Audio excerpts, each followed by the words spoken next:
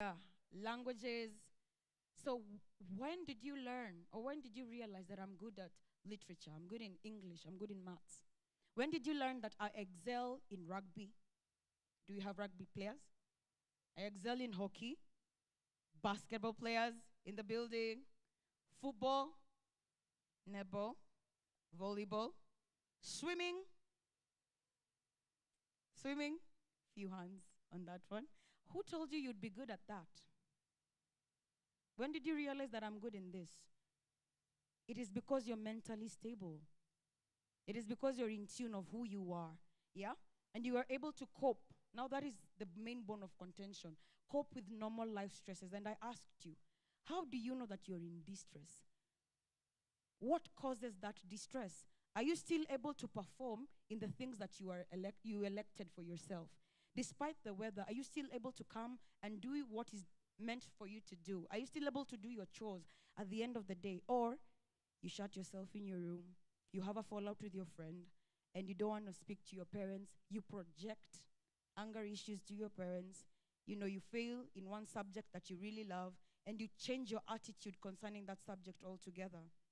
And then when you're walking one day, a friend of yours comes and tells you, I know when you take a blunt of bang, you'll perform better in this subject. Have you heard that? Have you interacted with that? So how do you cope with that stressor? And at the end of the day, to make sure that you're productive, fruitful, and you're able to make a contribution to the community. Do your parents miss you when you go to school? Do your friends miss you when you go to school? Because that is how you will know you're making an impact or other contribution to your community. That is mental health. So coping. Coping mechanisms. We have 3 types of coping mechanisms. It will be displayed on the screen. The next slide. We have something called adaptive coping. And this is what we're aiming for. Are we able to zoom in? Are you able to see? Is it visible from your end? It's not. Probably we could zoom in a little bit. But the first one is adaptive coping. This means that you tackle the problem head on. Instead, when I have a tiff with my mom or my dad or my friend or my bestie, and they have blocked me on all social media platforms, yeah, you've been kicked out of that WhatsApp group, and you don't know what is happening, you cannot see the chats. Do you go to your friend and sit down and find an amicable solution, or do you block them back? Do you say that my ego is also bruised? Yeah, nobody is exempt. Even I face that issue. I have best friends, yeah? And it means you're contributing to resolving the stressor. The second one is now what is worrying, the maladaptive coping. Because sometimes we get so mad, and that is why I was asking about our moods. 3 moods that make our bodies produce a hormone that is called a stress hormone. We end up being angry, we end up being too sad, and we end up being very worried or rather anxious. And when we are in these 3 moods, the body is in 3 states. It's either I fight because I'm angry, it's either I run away because I'm scared, fight, flight, or freeze.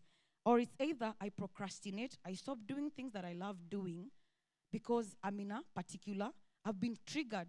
We were given an answer by, I think it's Debbie. Yes, Debbie gave us an answer to what stress is. So I've fought with my friends.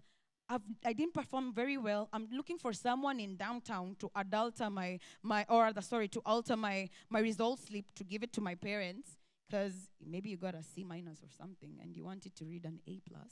So you're like, whom can I look for to resolve this issue? So I mess up with my results. That is also something we call maladaptive coping. When you run away, strategies that cause further problems. They make you more susceptible to fight your parents, fight your friends, fight everything within you, fight your will. They make you fly, week or flight mode throughout. Or freeze. I don't want to do anything. I'm isolating. I don't want to eat. I don't want to get out of bed. Don't draw my curtains from my room. And then there is active coping. When you learn from the maladaptive negative consequences, you now actively become involved and you seek someone, a mitigator, to come and assist you to be able to resolve the conflict at hand. Because drugs, how we define, or rather what we define a drug in short is, a drug is something that changes the structure of your brain. It is a chemical that is introduced, and it gets into your system and causes a rewiring, for lack of a better word. And an example is, these are the study findings according to NACADA 2022. The age group that takes and consumes alcohol and drugs a lot are from around 13. How many of us are 13? 13. How many of us are 13? I'm not saying you're the one who this studies, I just want to know how many of us are 13. So NACADA findings 2022 gave facts that within Kenya, the biggest group that consumes drugs and substances are from the ages of 13 to around 25.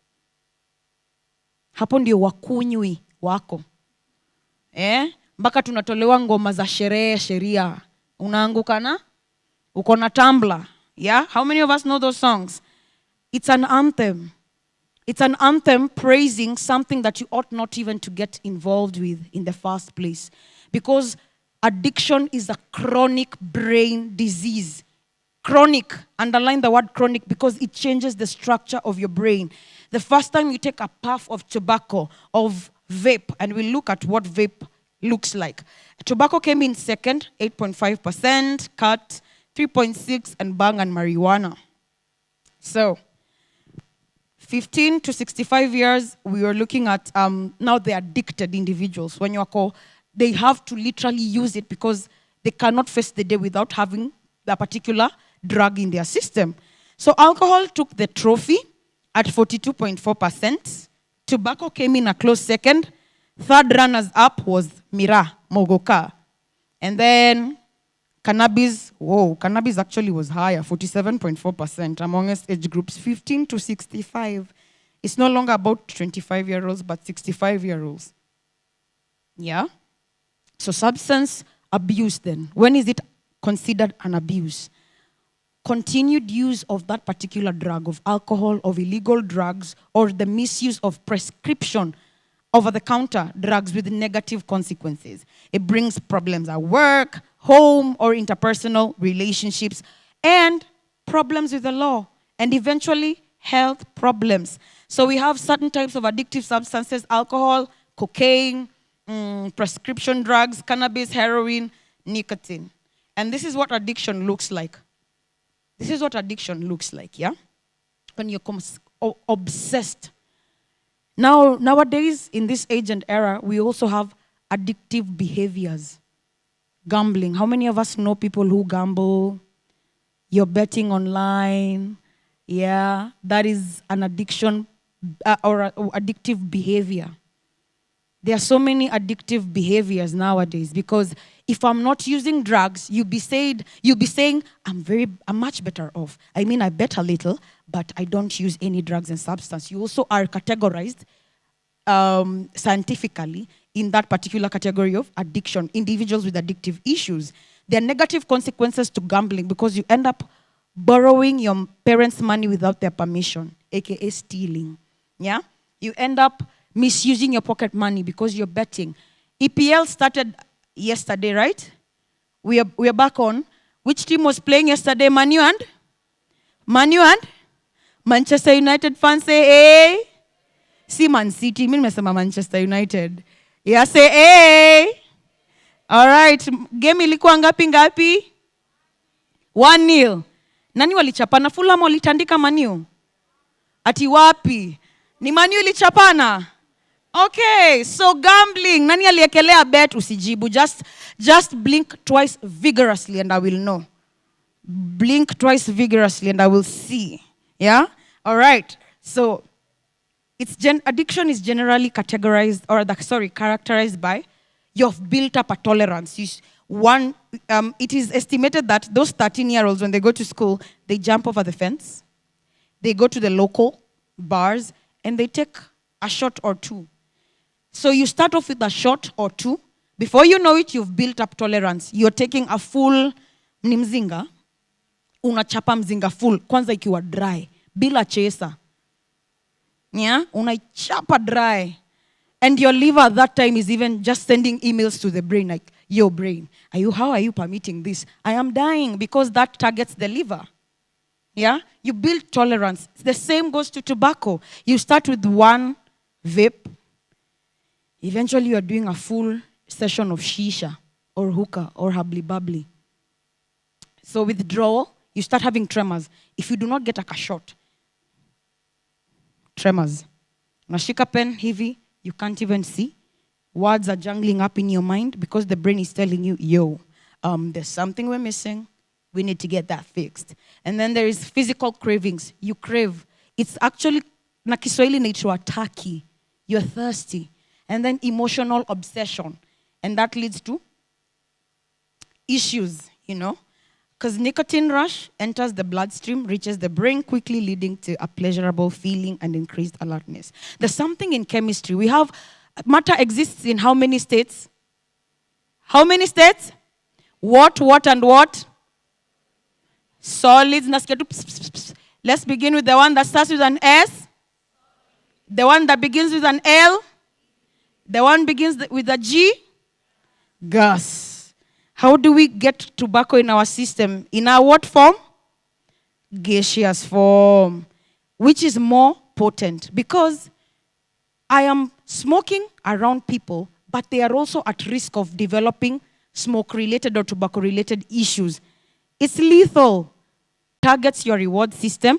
You build up a tolerance and you end up having withdrawal symptoms.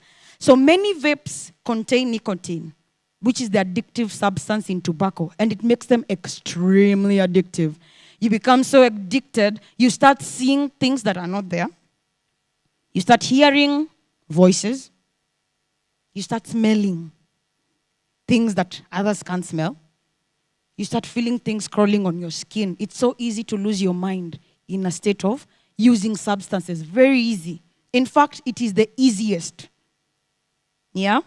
And did you know that nicotine contained in one vape, one thingy, the e-cigarettes vape, equals to the nicotine contained within 50 cigarettes? Did you know that? Now you're in the know.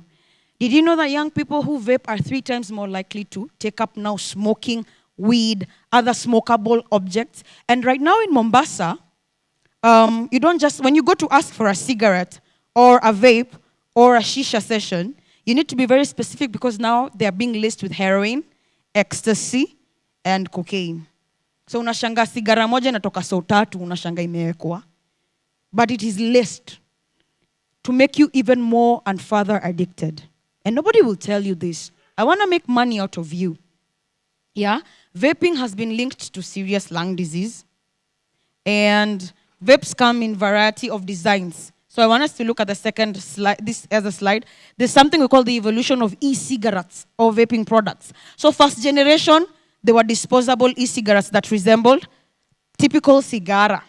Secondly, they became a little bit more innovative, pre-filled, or rather a refillable one. The third generation, parents, it looks like a USB flash disk. Just so you would not know. You come to the room of any Gen Z, unamuuliza, what are you doing? I'm just copying something. And you're like, what is that device? You barely see it. Maybe you're wearing glasses. And you're like, oh, it's a flash disk. Because you do not know how it looks like. That is how it looks like. It resembles a flash disk. The other one resembles a flash disk and a mouse. These are the fourth generation. Yenye imeletewa Gen Zs na Gen Alpha.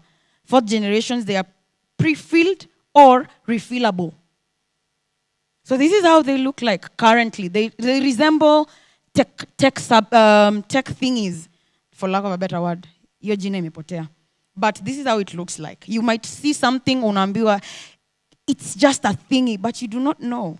Dear parents, and you might facilitate. I need a mouse.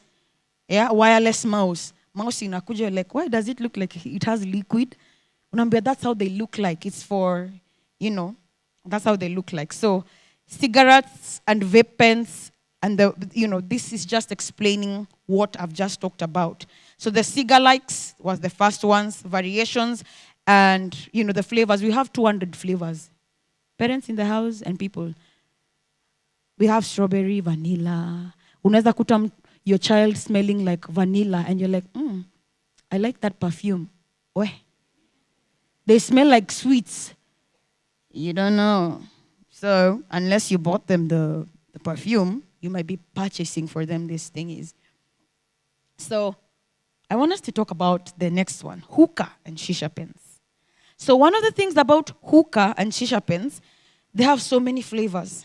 The older, or rather the first generation typical traditional cigar only had 8 to 12 puffs, and one typical cigar has 70 chemicals in it, the traditional ones. Did you know it? 70 chemicals. Sabini. And that is why it does a lot of damage in your lungs. So someone might tell you, you don't smoke, you don't drink, you cannot snort, but you can smoke. That is a trap. They'll tell you you'll need to look cool. But you'll not be looking cool when you have stage 4 lung cancer, when you have bronchitis, when you have issues of the respiratory system, and get this, issues to do with your blood pressure because of the kind of inhalants you have subjected your body to. The Bible says your body is the temple of the? Is the temple of the? So would you like your house to be filled with gas? How many of us would like to come home to a living room that is full of gas? Because that is what you're doing to your lungs. That is what your friends are doing to their lungs. There's a certain young gentleman who came to our hospital 3 years ago. A very, very smart, like one of the smartest gentlemen I've ever interacted with. He was 21. Presenting symptoms, he was hearing things, seeing things, smelling things, feeling things that we couldn't see, hear, smell, or taste, or that. So he came in and the presenting complaints were those ones. So we need to dig and find out what happened. What happened? We normally don't ask what is wrong. We rather seek to know what happened. This person got us an ACON, A stand, 844 system, had gone to UON to study actuarial science, stellar performer from the time he was born. So what happened? What changed? Because this individual who was performing very well, a very well-kept boy, could no longer write his name, could no longer perceive the day or time, could no longer know where he was. And get this, he was in diapers. He needed round-the-clock care. He could not even speak. And in fact, something very bad happened. He started stammering. You ask him, what is your name? He stammered for a good 10 minutes before he could even verbalize his name. So we dig, and the parents are there concerned. They're like, okay, Mr. and Mrs. So-and-so, what happened? They're like, we got to know about this very late. Our boy went to UON, and he had pressure from school. He wanted to keep on his star, perform a record in school. So someone told him, we do weed. Take a blunt or two, and then you'll be able to perform better, which is a myth. And I dare say it's a lie from the pits of hell. Because what people don't know, we have 30 species of marijuana. And you do not know which one you're exposing your brain to. So in the gaseous form, the one blunt became 2 blunts, became 3 blunts, became 7 blunts a day. So not only did he have mental issues, but also heart issues and respiratory issues as well. So he became psychotic. He lost his mind. In short, he went cuckoo, for lack of a better word, and I'm sorry to use that. So we inquired, why is it that he got to this stage faster than his buddies? And we got to know that in the family, there was psychosis running through the genes. What he did was, he activated the already sleeping giant, because mental illnesses also have a 50% chance of genetic predisposition. 50%. So you don't even interact with your cousins, with your grandparents. You do not have very good relationships with them. You don't get to hear stories about what ails within the family, so that you can stand in the gap spiritually and decree and declare that it's not going to fall on me. And I'm going to walk on the right path so that I do not subject my mind to being sick. So right now, the sad thing is that that boy will need constant nursing care for the rest of his life. What he lost, he can no longer, and he will never retrieve it. So he has to live like that. Right now, I think he's 24, and his life stopped at 21. And that is just one of the isolative 1 million cases we get to see at Chiromo Hospital Group and in Mathare. So is it really worth it? Because one typical hubbly-bubbly session is equivalent, or rather, a smoke and a puff or rather 1 session of hookah and shisha is an equivalent of 100 cigarettes. I will come and lace that thing with strawberry, vanilla, banana mango, very sweet flavors. And I will not tell you it has ecstasy. I will not tell you it has cocaine or heroin. And you're busy taking it in. And the devil is happy. And then we also have the most contradictive substances. Nicotine patches, aka velo, lift. This is as worse as a hookah session. Lift. And they come looking so cute. You feel so cool, but your body and your internal organs are telling you, what are you doing?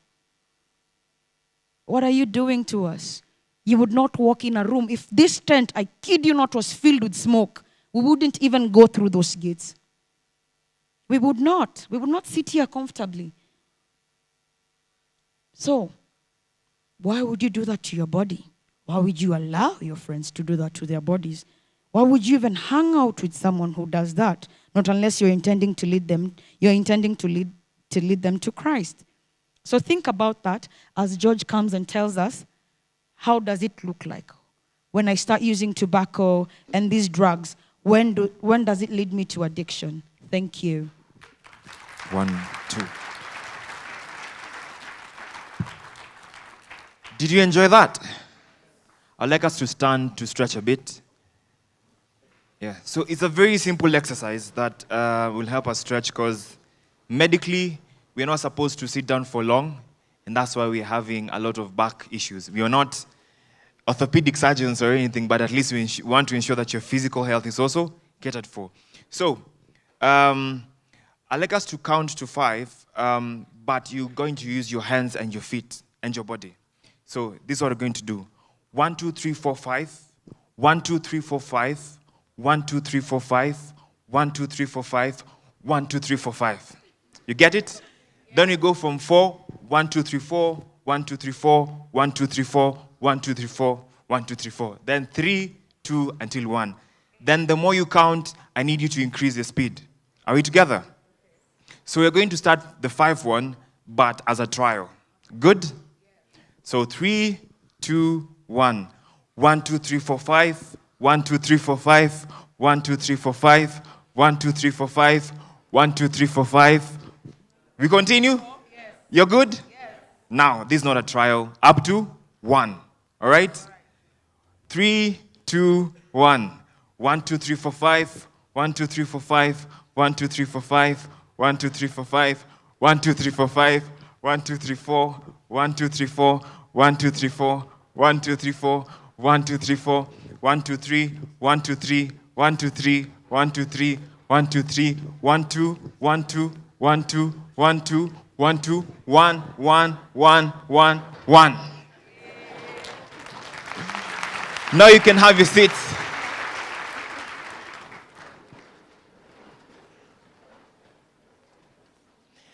We usually tell people physical exercise is very important, but they usually ignore it. And I don't know how many of us walk or run or go to the gym. Hands up. Any of those? Good. A simple test. How do you feel right now? Exactly. That's the power of physical exercise. And it does not only reflect on your physical health, but also your mental. Because there's something you call dopamine and other neurons that are produced every time you do that, and you feel more happier than sad. So incorporate a physical exercise each and every day. Kathleen has really mentioned a lot of things that are very important, and the next steps that I'd like to get into is how does everything that she has mentioned look like? And we don't all get addicted in one day. And this I know because most of the time some of us have tried, and I will not ask you to raise your hands. Maybe your parent is here and it will start a war, and I don't want that. But I didn't just grow up and became a psychologist. I've interacted with young people, I have friends, so I know most of the time it starts at your age. And other times it's not you going for it, it comes to where you are. And I know I've mentioned parents, but I know parents who have given their children alcohol True or false? Baba, could you onje hii? You're not becoming a man. No. So sometimes you don't go for it. It comes where? To you. And with life and with the experiences that we normally have and the places we visit, then that's how we continue using some of these drugs that we have talked about. And there's something that I like to at least mention, because I know we are meant to live not only in this country but also elsewhere. One big trouble is some of these things, some of them are not here in the country, but when you get to travel, which I know most of us will, you realize what we thought is not supposed to happen is happening in other parts of the world. And knowing this before you experience that is very, very important. You're going to meet, I know in our culture, women are not supposed to smoke. And I believe some of these numbers are low because of our African setup.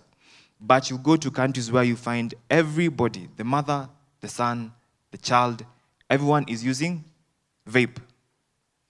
And that becomes the norm. And you go there and you get shocked, but after a while, depending on the friends you keep, then it becomes your new norm. So we're not only teaching you this for this particular place, but even if you get an opportunity to travel, your values remain intact. Whatever you've been taught in church remain what? Intact. So, as I said, one doesn't become addicted in one day. It all begins by one glass of alcohol or one vape. Then you end up refilling it, and within no time, you end up becoming a frequent user. And there's that persistent desire to stop that normally we see in people who get hooked. When you talk to people most of the time, they'll tell you, I drink, I smoke, I use bang, but sina shida. True or false? And that's how we are tricked. Utapata na bitch yako akwambie, I usually smoke. And what does it do? It helps me think. It helps me to get enlightened. And given the fact that we have a lot of songs that praise all these drugs, it doesn't even make it well. And what happens, let me just give you a sneak preview of what happens to the brain when you smoke. And that's the reason why we are told that they end up having more concentration. A classical example of weed, bang. Jina gani ingine ya bangi tumeipea siku hizi? Mnajua, mseme. Gani ingine tumepea bangi siku hizi? Kishash, gani ingine? Anyone? Mnajificha but najua mnajua. But what weed does, it increases your sensitivity and the simple things that we normally have. For example, if you are eating, then you get to have like a deeper level of taste in your food. If you're walking, then you start having what you call hallucination, because the level of sensitivity that has been given to your senses increases. That is why some people will lie to you that when I smoke, I get better concentration. But what they do not tell you is that after one puff or maybe one blunt, they have to use it over and over again, and that's how they become addicted. And this heightened sensitivity in different senses is not normal, and that's why you get hooked. You'd rather remain with your normal sensitivity or see whatever you're seeing rather than start experiencing hallucinations. So that's why some people, when they smoke, they'll feel like I'm able to reach levels that I wouldn't do when I'm in my normal state. But with that continuous use and the large amounts, then they become hooked. Next is the persistent desire to stop or cut down with multiple failures. Anytime someone comes to a hospital, or even they talk to us and they say, I've been smoking, I've been drinking, and I've been using the different types of drugs that Kathleen has mentioned, and they tell you, I cannot be able to cut down or even stop, that is automatically a red flag. It's like the normal drugs we get. All of us have gotten sick at different points of our lives. True or false? What do doctors do? Do they tell you to go take the medication every hour? They tell you once in a day, once in 2 days, or 3 times a day, right? Because if you misuse that particular drug, it can either kill you, cause any form of immobility or any form of disability, or even damage an organ in your body. And that's why they have to ensure that you take it at the recommended time. For drugs, we do not have any prescription, do we? Kuna msee anaambiwa kunywa 1 times 2. Glass moja in the morning, ingine jioni. You're the one who controls it. Sindo, ama unaambiwa, hii blunt nusu, tutakuwa tunaichukua lunchtime alafu ingine evening. No. Ni msee anakunyonga ile time anataka. You only take it at different times when you feel like taking it. And that causes the persistent use of that substance. And you end up getting to a point where you cannot be able to stop. And that's something you need to at least realize and know. Every time you cannot be able to stop doing something and you're doing it even out of your will, you need to question it. Not only with drugs, even with other things that we do. Either you are watching movies excessively, or you are using even the normal medication like the Panadol. The Panadols, the Pyritons. If you cannot be able to cut it down or even stop, then that thing is becoming an issue and you're slowly becoming addicted.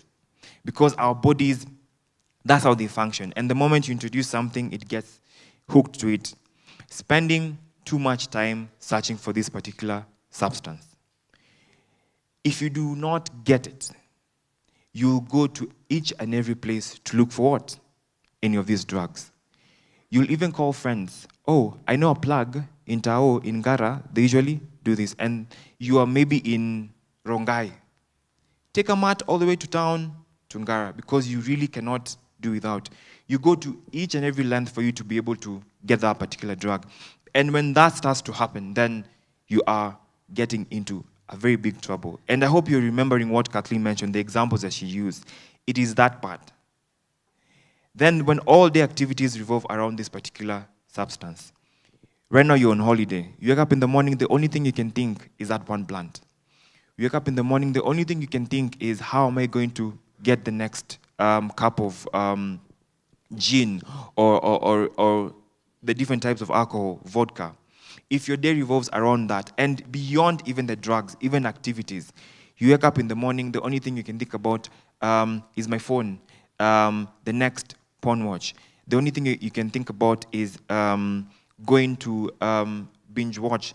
Watching is not harmful, but if it becomes the only thing you do for several days, then that means you are depriving your body of other things that you're supposed to do. So for drugs as well, if your day is occupied and it revolves around that particular drug or that particular activity and nothing else matters, even things that you used to enjoy before, swimming or music or playing an instrument, but all that becomes nonsense and you have to focus on this particular activity, then that issue is becoming a problem. And Kathleen had mentioned some of this. Oh, I thought you guys are seeing whatever I'm reading. But the causes of drug and substance abuse. She talked about genetics. We are all formed as a result of genes. Nini hapa nakaa kama mamake? Who looks like their mom? Good. Who looks like their dad? Or maybe you've had people tell you, you look like your grandmother or your aunt. Do you think that is miraculous?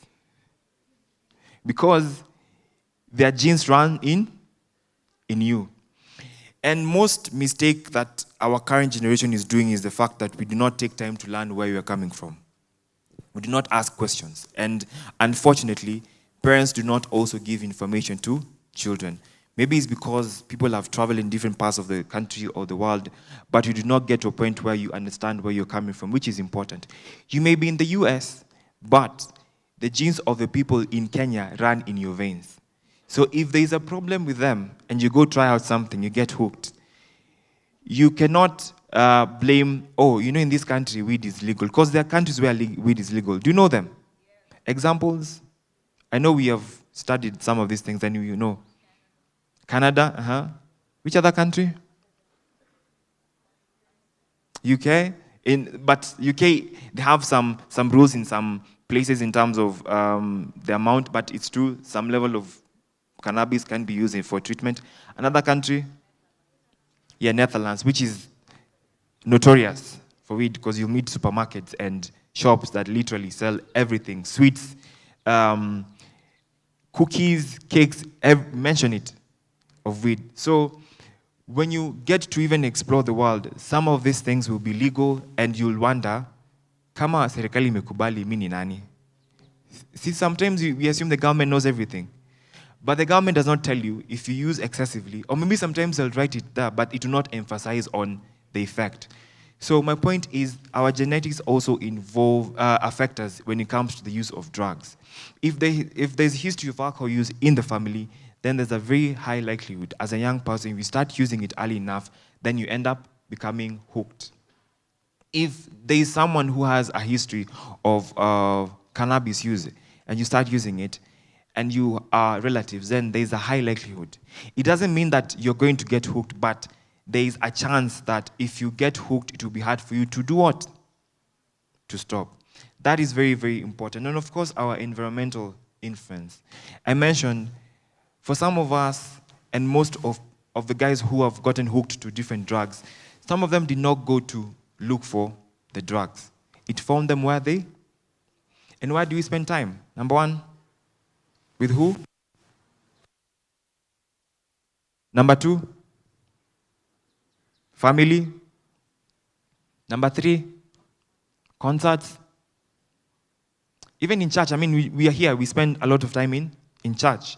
So your environment influences what you're going to be exposed to. If you're in church, then you're rest assured, hakutakuwa na pombe, sindo? There will not be any form of any drug. So your likelihood of getting used to some of these drugs will not be, it will be like close to zero. But if you're in environments where it's a common thing, they use it each and every day, that is the Bible, that's what they do every day, then there's a very, very high likelihood you're also going to use, and no one is immune. Tekla is going to talk about peer pressure, and I'm telling you for fact, even parents have peer pressure. They will not tell you, but they'll be like, hey, you know, so-and-so bought another car, and I think ours, itabidi to upgrade. Ama, you know, so-and-so bought a land in Rongai, and we only have one. Ama, you feel, oh, you know, my sister, they traveled, or maybe they took their children to another school. I'm thinking of doing the same. What is that? What is that? If they didn't see that someone else, would they think about it? So everyone experiences peer pressure, but the difference is there's positive peer pressure and negative. And that comes from our environment. Who are your friends? And I know we have this common thing. You know, me I spend time with this person, but me I don't drink. You know, me I go to Akinanani, but me I don't smoke. You know, we're doing evangelism. So we need to spend time with these people because, you know, you need to be strong. You know, it's true. But, yes, the first few days you not use. The second day you not use. But trust me, utaambiwa tu siku moja. Oh, Mercy, you should try this. It's really nice. You know? Or even, we know edibles, don't we? Do you go with a tester to say that, to test each and every cake or cookie you're taking if it has weed? Do you have a machine that you walk with in your bag? Then how will you know you've taken weed?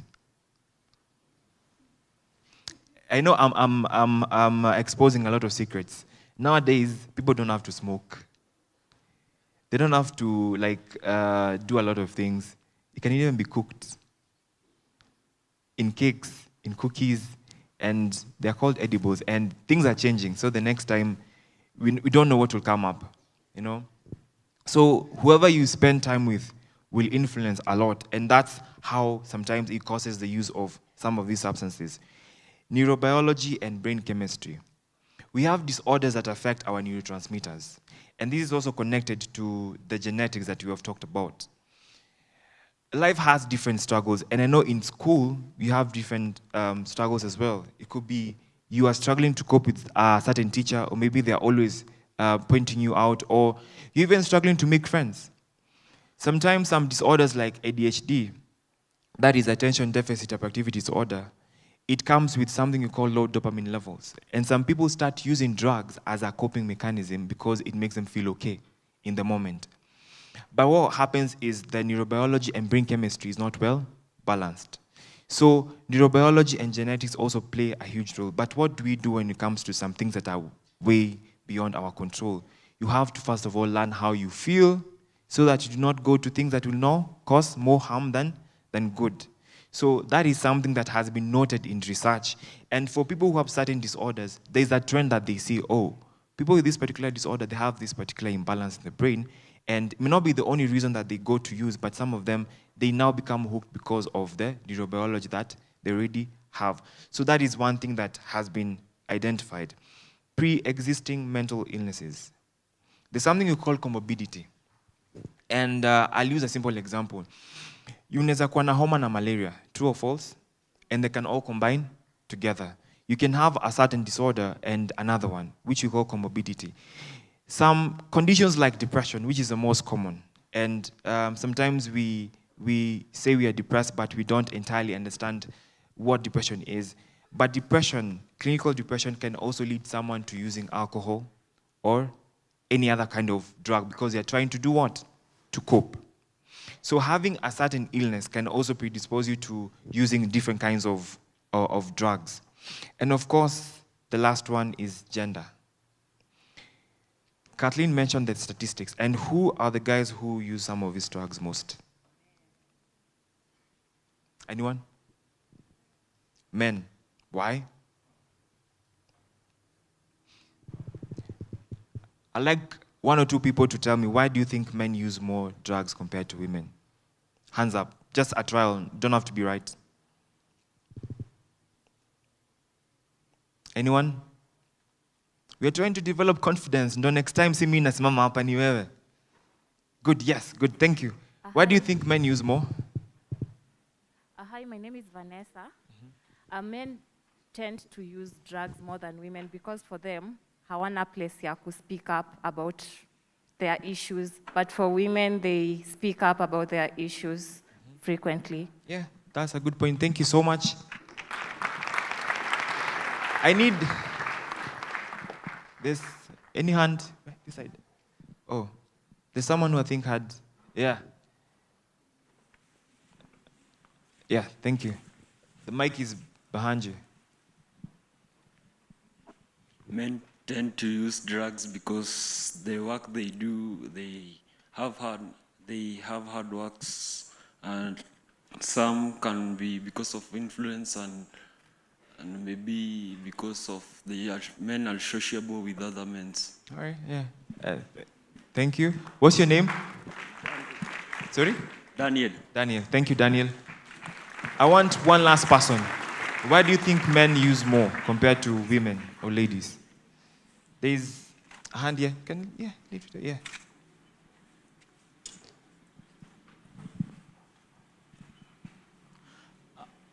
My name is Michael. The reason why men tend to use more drugs than women is because, like, to avoid the excess stress, and some drugs are used as depressants. Oh, all right. Mike is your name, right? Yes. Yeah, good, I remember. So you can have the one hand here and one last person from this end. I've not heard anything from this particular end. Okay. My name is Grace. Okay, for men, about this thing about masculinity and femininity, that type of men that they want to feel more masculine when they take this type of drugs. So it makes them feel cool, feel men enough. Yeah. Thank you for that. So there's, yeah.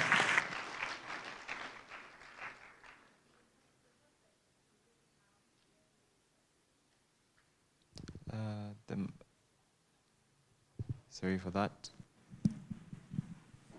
The fact that we have already more men taking drugs already predisposes the boy child to that predisposition, because most likely he's likely to hang out with people who are already taking drugs in school, in the university, and because of the already the majority are in that trend. Thank you. That's a very important point. And all of them are very valid points when it comes to why men use drugs compared to women. One, our culture. More men tend to use alcohol and different kinds of drugs. So it's very easy for a boy to start using one. We are cultured by what we see. That's how we learn to walk, to talk, to do everything that we do. If you were born in a different country that doesn't speak English or even Swahili, you not have known about this language. True or false? If you're born in a home state where people are smoking, trust me, a higher percentage is that you are going to do what? To smoke, unless there's something that is done. So that is one thing that has happened, especially in the African culture, whereby we find men using more compared to women. And also the peer pressure. I've not yet been able to come across a specific study that can give me this information, but I believe boys are more prone to having more peer pressure compared to ladies. Because we want to fit in, we want to feel like I'm one of the boys. So that's why we always, and I believe that's why we are very competitive. You know, if someone else has done this, then I also want to do it so that I can do what? Fit in. Same applies to now drug use. If my friends seem cool because they're drinking or maybe they're smoking, then I'll also want to be what? To be cool. And that is why we find gender becoming a major factor. And what we do each and every day gets ingrained in our genetics. A simple example, for people who have studied history, we used to, you learn that human beings used to be apes, right? Then they started walking upright and all that happened. And whatever we do, whatever you eat, whatever you feel, whatever you feed your brain, becomes ingrained in your genetics. In this way, your body starts to create those information that this will make me survive more. So if alcohol becomes something that you're going to use, that's how the genetic predisposition comes in. When you get a child, the genetics, that particular drug becomes imprinted in you, and that's how we even have a lineage whereby diabetes becomes really frequent, and maybe before it wasn't there. You see? So whatever you do now, the eating habits, the drinking, it slowly becomes part of your genes, and we end up passing that to our children. They will not become drunkards immediately, but whatever the example Kathleen used, it becomes like a latent form of genes, but anything can be awakened. That's what happens. And we need to be very, very careful when it comes to everything that we do. Triggers. And when someone comes to us and they have any form of alcohol use or any form of substance use, we ask them about this. This is very important. Because when someone is recovering, they need to be able to identify what has made them get to where they are and how they can be able to avoid them. People, and I've talked about influence. We have places, which we have also talked about, environment and the places that we visit. We have emotional things. Some things may trigger someone to use. For example, every time I see a bar or maybe someone dressed in a certain way, it triggers me to you have an example? Adverts, exactly. We have billboards of Tusker, don't we? Yeah, Glennis Feed and the rest. That's really, and nowadays, they have really fancy bottling, and even the flavors are changing, not only for tobacco, even for wine. We have squeezy pommy tonjaka soda, because they want to make it very attractive.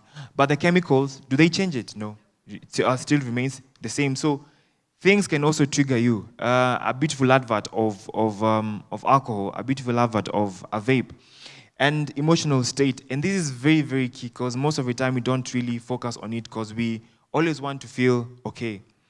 Things like you are triggered because you're sad. You're triggered because you're anxious. And most people don't drink because they enjoy it. Because I'm anxious, I need to smoke a bit to gain what? My confidence, to be able to communicate something. Even for men, this I've had countless times. Nikasirika, I'll drink and I'll go home and I'll be able to address the issues that are there with my wife. Because when I'm okay, I'm not able to do that. So that becomes a habit whereby your emotional state becomes a trigger to be able to cope with normal life. And as we said in the beginning, if you're not able to cope with the simple things in your life, then you have poor mental health, and that leads to mental illnesses. We also have the thought process. How do you sort out issues? How do you think? What's the thought pattern that you have in your daily basis? Some of us have grown up in different places whereby, or different environments whereby our thought patterns have always been negative. You don't necessarily see something positive about yourself, and that becomes an underlying factor to everything that you've talked about. Do you, when you meet an obstacle, how do you think about yourself? Do you think like, I don't think I'm able to sort it out? Or maybe, imeongezeka and I cannot know how to even maneuver it. So the thought processes that you have been able to build over years, and trust me, you're at an age where the foundations that are set now will affect you when you're in your 20s. Some of these people that we sometimes mention, they were simple people like we are. It's not that they started drinking when they are young or maybe when they were born. No. It's just some of them is the thought process that they had. They were not able to deal with how they view life. They were negative about themselves. They were negative about everything around them. And perhaps they didn't even have someone to guide them, which is very, very important. And I'll emphasize on your brain. Right now, your brain is very nice, potential. So, and I believe that's why the church decided to do this now. Because if you don't develop positive thought processes, then these things will happen. Because you all deserve, actually, we require a sense of direction. So every time you realize you have any negative thing, low self-esteem, you don't feel good about yourself, don't ignore it. Seek, if you cannot be able to handle it yourself, come to church. Seek to someone, at least there's Tekla here. Talk to her. Let her guide you and at least understand what is happening so that we do not end up doing everything that you have mentioned here. And when you talk to people who have gone through this particular journey, they'll at least mention to you that this thing started when I was young. I wasn't feeling good about myself, but when I drank, I felt better. Or maybe when I was hanging out with this kind of group, they made me feel like a human being. But what they did not know is that they're going to get hooked. So your thought process is very, very important. And lastly, activities. I'm happy that FEM has this particular forum, which doesn't happen in most churches. Activities also influence what we do. When you go swimming, what company do you have? Where do you go? Do those activities predispose you to trying out things that are harmful? Trying out new things is not bad, but you need to know, what am I trying? Because you tell people, go try music, go try singing, go try playing an instrument. That is a positive thing. So what activities do you look forward to doing? And are they harmful? So our activities also play a major role when it comes to triggers. And this is a classical presentation. Picture showing the different effects of, I hope they'll be able to project it, the different organs that affect our bodies. And trust me, any drug you take, we all eat, right? I'm sure you all took breakfast. And every time you take anything, let me say breakfast, you feel some sort of strength. So be rest assured, anything you take with your mouth, you smoke, you drink, will definitely affect your body. And there's a thing that I've had people talk about, especially people who are drinking or using drugs. They let you know, yes, mi nakunywa, but you don't drink. But we have other things that can also kill you. Basically, they're telling you, you drink because you never know, but you'd rather play your part in taking care of your body rather than just leaving things to chance. Yes, we understand there are different things that can harm our bodies, including viruses. But you'll know that at least I took an effort to take care of my liver. I did not go and drink, and that's why my liver is what? Is damaged. I did not do anything like smoking. That's why my lungs are damaged, including your brain. And people get to know that these things are serious until it affects them, until you cannot be able to think properly. You cannot be able to do a math test. You are dreaming of becoming a software engineer, a doctor or a lawyer or a data analyst. But you cannot do that because simple things are not becoming hard because you're forgetful. And bang is a simple example, a classical example of your memory being affected. So every part of your body is affected. And that's why if you put a healthy person and someone who has been using, before even, are you guys doctors? No, right. But if someone is using and someone is not using, can you be able to tell the difference? You see? Simple as that. Anything we drink, we eat, it will reflect on how we look. Simple example. Nowadays I hear ladies say, drink a lot of water, your skin will become clearer. At least I have an idea that whatever I drink will make me look better, which is true. If you don't eat healthy, will you be healthy? Exactly. So if you take, each and every organ is affected. Your skin, your reproduction, and I'm pretty sure we all look forward to, having families. Start now, that will become a dream. Don't become a reality. So each and everything is affected. Name it. the heart, the lungs, the brain, the stomach. And unfortunately, we have lost people. You know? I've seen patients come to us, and after a while, the doctor tells you, unfortunately, that patient was admitted, and because perhaps the liver was too damaged and they did not survive. No, that is a very, very sad story. And I wouldn't want anyone who has heard this message to go through that path. And the effects of of drugs and substance lead to different disorders, and not only tobacco. I know we have put tobacco here because that is one of the most commonly used drug, but alcohol can also lead to depression and anxiety because it affects the neurotransmitters. The way you think, the way you are able to wake up in the morning is because of how your brain works. Your dopamine levels are high enough for you to be able to wake up and remember, I need to bathe, get my clothes, and come to FEM because I have a meeting at 10 a.m. in the morning. No. When that doesn't happen, then when you start drinking or maybe using any substances, the neurotransmitters are affected and such disorders come in. Cognitive decline, which is basically your thinking ability. And tobacco and also alcohol can do that. Why do you think alcoholics stammer when they're drunk? They do stammer, right? Whatever helps us to be able to talk well is our cognitive ability, our thinking ability, because the way we think and the speech are connected, right? The frontal lobe deals with thinking and memory, and Broca's and one case they deal with speech as well, and they're all interconnected. So if the alcohol has affected any of your brain parts, then talking becomes an issue. That's a simple example that we see outwardly. So your cognitive abilities are affected, increased risk to mental illness, which I've mentioned, including schizophrenia, which is what we call kutupambao, or whichever name that we normally use. We try to avoid using it because it doesn't reflect well when it comes to when you're treating someone who has that particular condition. But a common one is schizophrenia, where someone is having hallucinations, hearing things, seeing things, tasting things that they have not been able to eat, but they taste. Ni kama unaonja nimekula chapati, but you've not actually eaten anything the whole day. So those are some of the symptoms of schizophrenia. Social implications, strained relationships. There's no way you're going to be happy with your parent when you're drinking, or are you? If you start drinking today, will you just go home and tell your dad or your mom, hey, I've taken a new brand of alcohol, it is nice, you should try it out? How many confident people can do that? You can't. And that tells you alcohol brings out relationship issues, not only as with your parent, but also with your friends. And one thing I know is that when you get hooked, fortunately or unfortunately, your friends don't become hooked as you. Most people are left alone. And the friends that you're drinking with, they'll be like, Jonte manze, yeye ako anajua kufanya nini? Kubalance.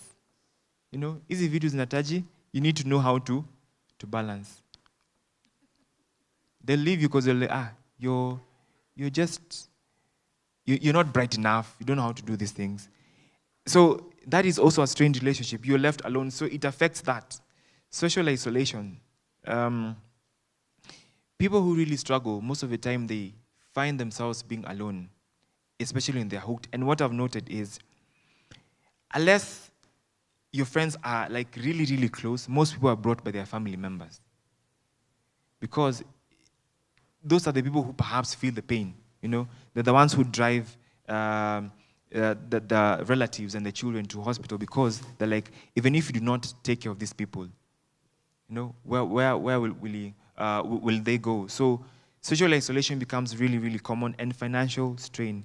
We've had stories of people using millions because of alcohol, because of drinking, and other things like betting, because also one can be addicted to betting. So your finances become strained, and if you were to make very huge steps in your young life, and nowadays I usually say you don't have to wait until you're 50 to become a millionaire. You can become a millionaire even at your 20s and 30s, right? But start drinking and have no control over it. You're done. You'll be working, yes, but all your money goes to where? To drugs.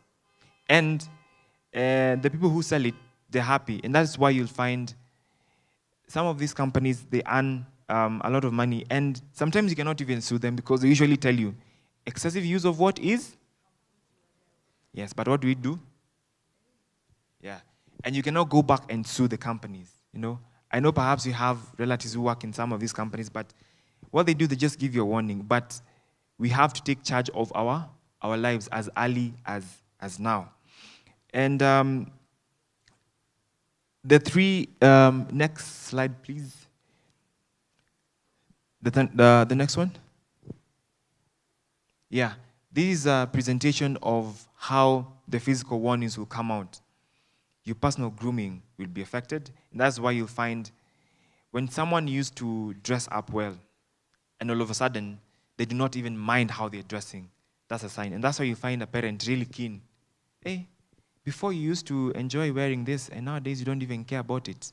Please note. And even for some of your friends, if you note that, that's also one of the biggest signs. Your personal grooming and personal growth becomes an issue. Bloodshot eyes, especially with bang, you know, because of the effect, it expands your bloodstream. So blood comes closer to your eyes. So that's why they have bloodshot eyes. That's a common physical warning sign. Changes in appetite, either you're eating too much or you're not eating. Sleep patterns, which we did a simple test when we were starting the talk. Unusual smell and body. And I think we've mentioned, nowadays, we have flavors. Si Gen Z tuko naisha flavor ya strawberry ya, what do you call it? Tear gas. Yeah. I guess we need a new flavors, strawberry or vanilla, you know. So we now have new flavors of different drugs, especially tobacco.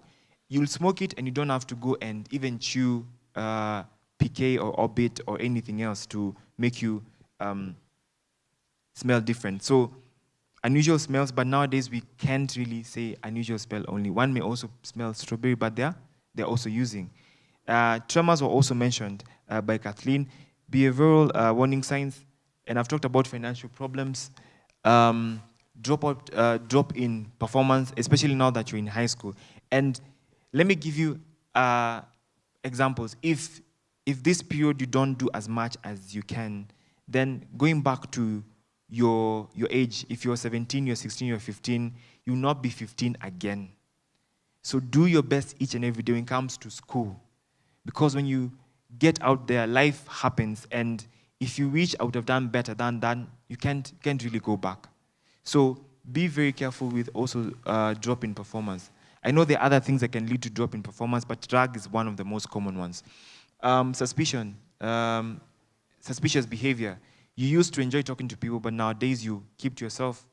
You are wearing a certain jacket and you don't want anyone to get that particular jacket or hoodie.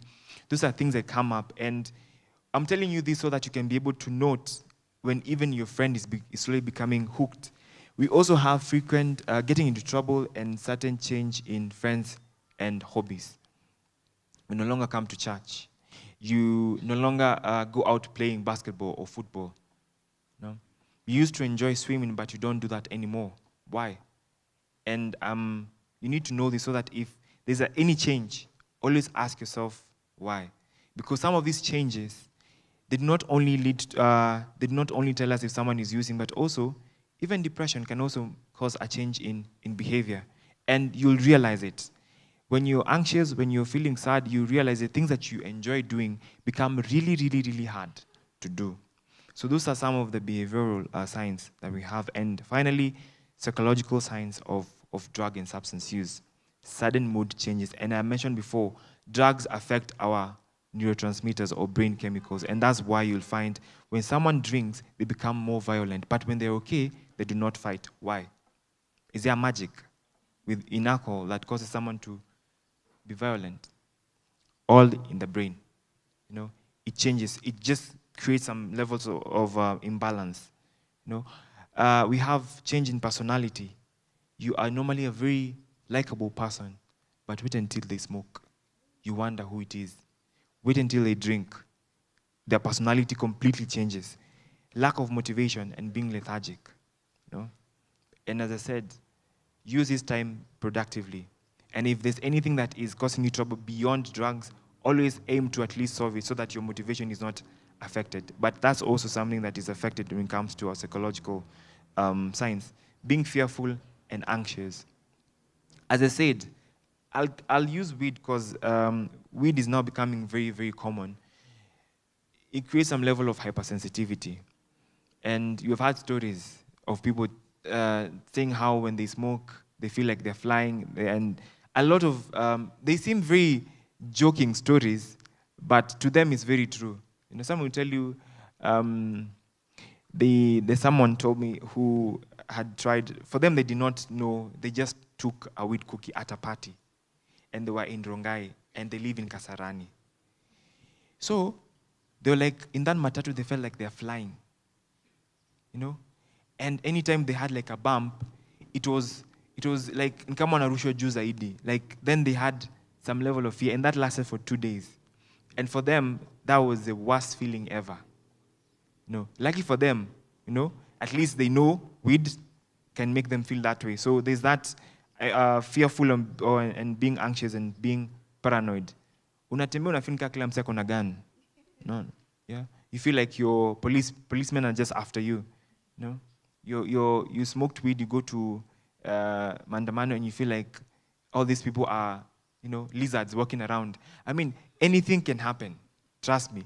And don't want to experience that. If someone has a good experience and they're not ready to change, please just tell them, I'm praying for you, but for you, please save yourself. Because if you get into that trouble, who will save who? If I start smoking, then what next? Tutawasaidia aje? So we need to be very careful when it comes to some of these concerns. And this is one of the last slide, then we go to the Q&A. How do I quit? Set a quit date. Choose a date to quit and stick to it. It's never easy. And I've worked with people who have alcohol and substance use. And especially most of them are young people, because when they come, they feel like talking to a young person, they'll be able to understand.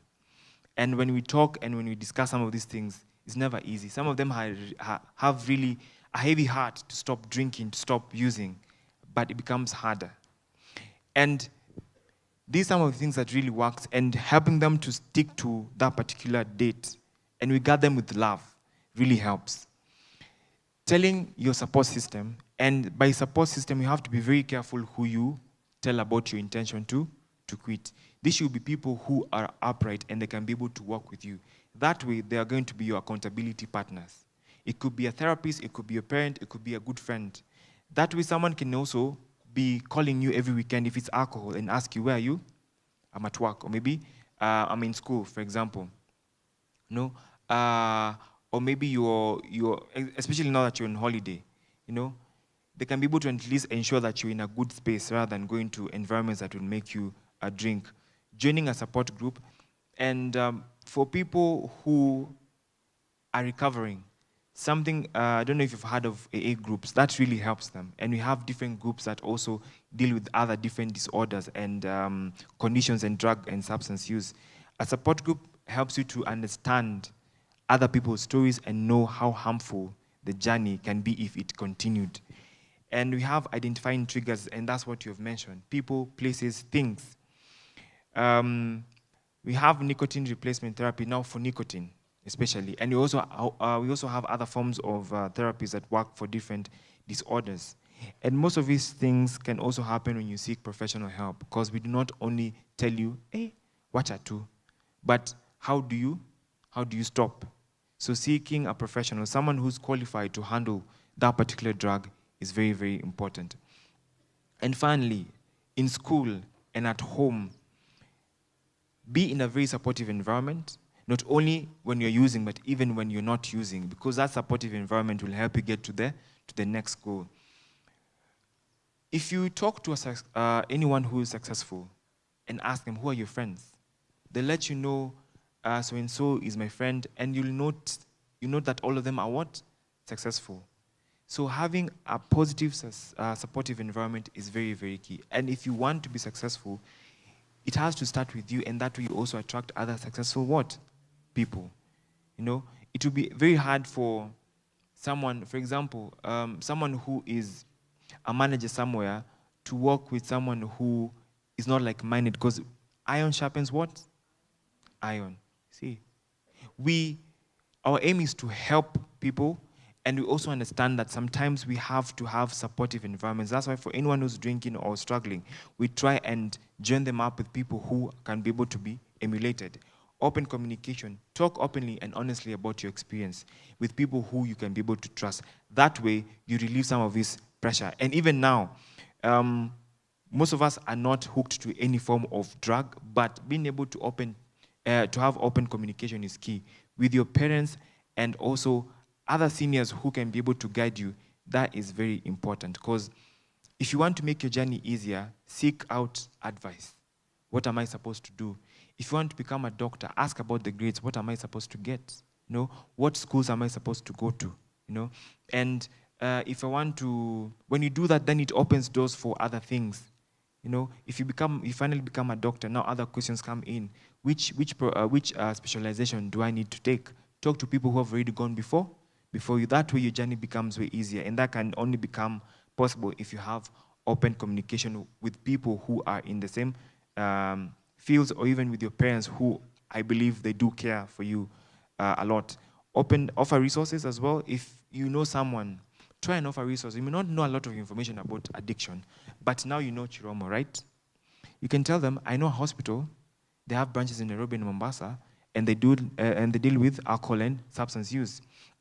And that way you've offered a resource to someone. And being patient is also very important with yourself and with other people who are also struggling with substance and alcohol abuse. And celebrating milestones is key. And this we tell everyone, but for alcoholics and people who are struggling with substance use, celebrating each and every day where you do not drink or smoke is very, very important. Yeah. And the milestones are very, very key, and that's how we are able to motivate ourselves each and every day. For example, if you're in school and you've been able to improve at least one grade up, celebrate it, be happy about it. And every time you celebrate something good, your brain records it, and that becomes a habit.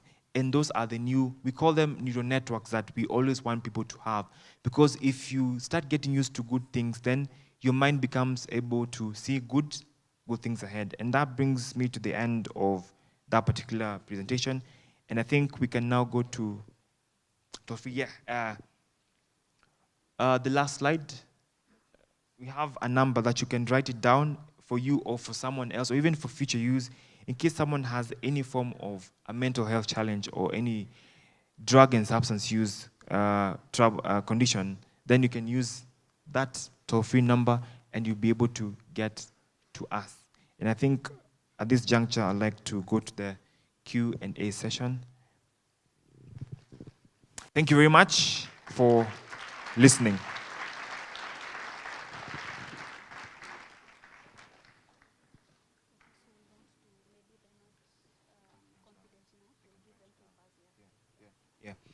So, because I know we may want to ask questions and perhaps we don't want to use the mic to ask a question or something of that sort.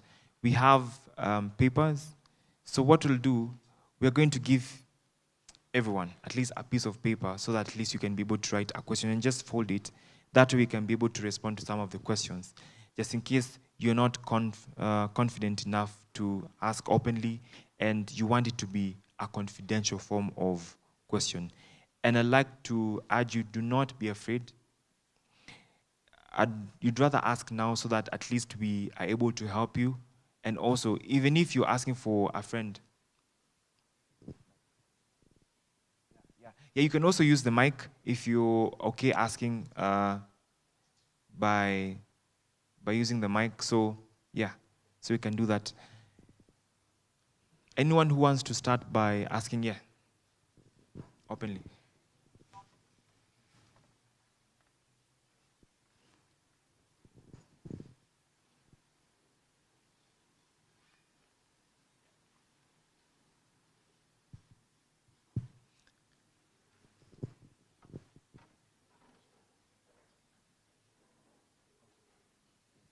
And I don't know. Just if you, I don't know if you have pens. I hope you had a book and a pen, so at least we can use your pen, because we don't think we have pens in the front. But after you write, just lift up your hand, and they're going to pick the papers. Thank you. Yes. I have a question. Among the triggers you mentioned, brain chemistry. I'm looking at the other triggers somebody can manage, but there are these groups of people. I think you said somebody could have like low dopamine, people who are always like that. So how do you help them not to go towards drug addiction? Because I'm looking at a person who always have negative thought patterns. How do you help them not to go towards drugs? So thank you for that. That's a very good question. We do not have a specific test yet in the country that can be able to look at the specific neurotransmitters that I'm talking about. But when someone has any form of a neurotransmitter imbalance or some of these imbalances in the brain chemical, we have these signs that we have talked about. Someone will have an issue with waking up in the morning, or maybe they have an issue of being at a place where they can be able to concentrate for a specific period of time, like what I mentioned about ADHD. And that's how we are able to tell, because we have specific brain chemicals that deal with specific functions in our bodies. And in case someone has that, the signs and symptoms will tell us. And when someone comes and they talk about some of these symptoms, we'll be able to know perhaps they are slowly getting depressed, or perhaps they have ADHD, or perhaps they're having anxiety. So therapy helps, number one, depending on the severity. And in case it has gone to a place where they cannot be able to function well, then medication also comes at hand. And most of the things that I've had patients say is they're afraid to take medication, but the doctors have a way of giving you medication for like 3 months or 6 months, depending on how severe it is. Then after that, they slowly taper it. And by tapering, I mean they start reducing it so that at least you can be able to do without that particular medication. And now we join that with therapy. And therapy, what therapy does is to help you have a different perspective and at least alienate any form of negative patterns that you may have and the negative thinking. And if you can be able, if you've had any form of thinking of, or any form of negative thinking, either you feel low self-esteem, or you have some level of poor positive image, it comes from what you have been used to. For example, if you've been told by someone, or maybe people have constantly looked down upon you, those are things that come up, and people will have some of this negative thinking that we are talking about. And what we do in therapy is we teach you to have a different perspective about who you are, and we also give you practical examples of changing that, you know. And the moment you do that, automatically, like a simple example, when I started, I gave you a very simple physical exercise, right? When you're sitting down, you feel a bit better, right? Those are practical things that we usually do, and the other things that we now teach, you know, in therapy, for you to be able to have a different perspective about different situations. If you come and tell me, I feel like I may not be able to pass my KCSE, I'll sit down and ask you, why do you think that way? And you'll be able to tell me a pattern that has happened before that makes you feel that you cannot be able to do well. And what we do is to help you now see other possibilities of you being able to do well. And when that happens over and over again, you now become able to see the positive rather than the negative. And that's how the brain works. The brain is like a blind person. They do not know that alcohol is harmful. What it does is just responds to what you're giving it. If whatever you've experienced in your life, either it is abuse, trauma, the brain now becomes very, very cautious. And what it gives you is that now those thoughts that we're talking about, that physical response that we have mentioned. And if you're able to rewind that slowly, then the brain becomes more positive. And that's why now we now deal with someone who may have a natural depression or anxiety. Yeah. I hope that answers your question. Yeah, thank you. Anyone else who wants to ask openly before we go to the papers? Yeah, there's, yes, thank you. Thank you so much for the presentation. It was as informative as it was funny. I've got two questions. When you made mention of wine bottling, I immediately thought of the people who love the finer things in life, and they do take a lot of wine. Some of them are Christians, and they would tell us what Paul told Timothy, that a little wine is good for the stomach. So from your perspective, could you please set the record straight by telling us whether wine has harmful effects? Yeah, awesome. Thank you. My second question was towards Kathleen. She made mention of the gut microbiome. So is there a correlation between what we eat and what our microbiome does to our mental health? Yes, thank you. Those are very two important questions, and I think I'll invite her to answer the second question, but it's very true. Whatever we eat affects everything, even our own thinking. A simple example, when you don't eat, are you happy? See, we are irritable. That's a classical example. If you do not eat, your body demands for it, and your brain now it reacts to what it has not been given. And that's a simple example of people who do not drink. They feel like, I'm not myself. Yeah, but Kathleen will focus on the gut health, but it is true. And we have experienced that the only thing that happens is we may not be able to remember some of these things that we have had before. Wine, I'll talk from a medical perspective first. Excessive use of any form of drug, including wine, is harmful. There are people who do not drink the cheap products that people talk about. They only drink wine and they end up being drunk, and it definitely affects their health. So when it comes to little, if I'm talking from as a professional and I'm having someone who has a drug issue or an alcohol issue, it's a no. I cannot even tell them a little no. It's a no, because their system has already been used to this particular drug. And what happens is something we call replacement. Perhaps they were taking vodka, and now I'm like, even the Bible says a little wine does 1, 2, 3. Now they start taking wine, and now they become hooked to wine. Have I helped them? Because it's not even about the product itself. It's about the biology of their body and what has happened to their brain. Every time you've gone through a certain experience, there's a new neural network that happens, or maybe that takes place in your brain. If you had an accident in this road and you always drive in this road, do you drive in the same road the same way you used to drive before? Yes, that's a classical example of how our brain reacts to each and everything that we go through. The same happens to every drug you take. If there's a problem that happened with alcohol, then that neural network is there. And the moment you take it again, it opens up. It's like a footpath. For those who have gone to the rural areas, we have those footpaths that no one came and slashed the grasses. Just by the fact that someone was passing there over and over again, it became a what? A footpath. That is exactly what happens to our brain when you start using a certain drug. There's an effect that has happened. A certain chemical is released, and when that is done over and over again, then it continues. So if there is a problem, then even wine, however much one may say, Timothy, or even quote any part of the Bible, then it becomes harmful to your system. Then, and that also applies to any other drug. And some people will say, I don't do well with alcohol, but I can replace it with something else that, quote unquote, seems less harmful.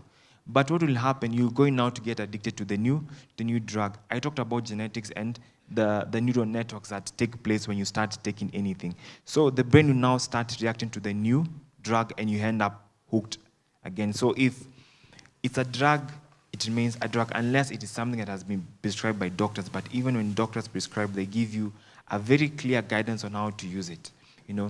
And the only thing that I see in things like tea is not as harmful as alcohol, but that's the same effect we have. How many of us have grandmothers who can't sleep without taking tea? Who? We do, even parents, even some of us. If you don't take coffee in the morning, you won't function. Just be honest. I will not. You see? The same thing. The only difference is the chemical in that tea is not bad enough as compared to alcohol. And that is why they don't say excessive use of tea will cause harm. They don't say that because it has been clearly measured, and they know even if you take 2 cups or maybe 3 cups a day, it won't give any form of a damage compared to other drug or maybe another thing that is harmful like alcohol or weed. I hope that answers your question. And I think I'll give Kathleen to answer the second one. She had another question about gut health. Then I can take a few questions here. We'll do later. Okay, later. Oh, okay. We can just. Let's appreciate them.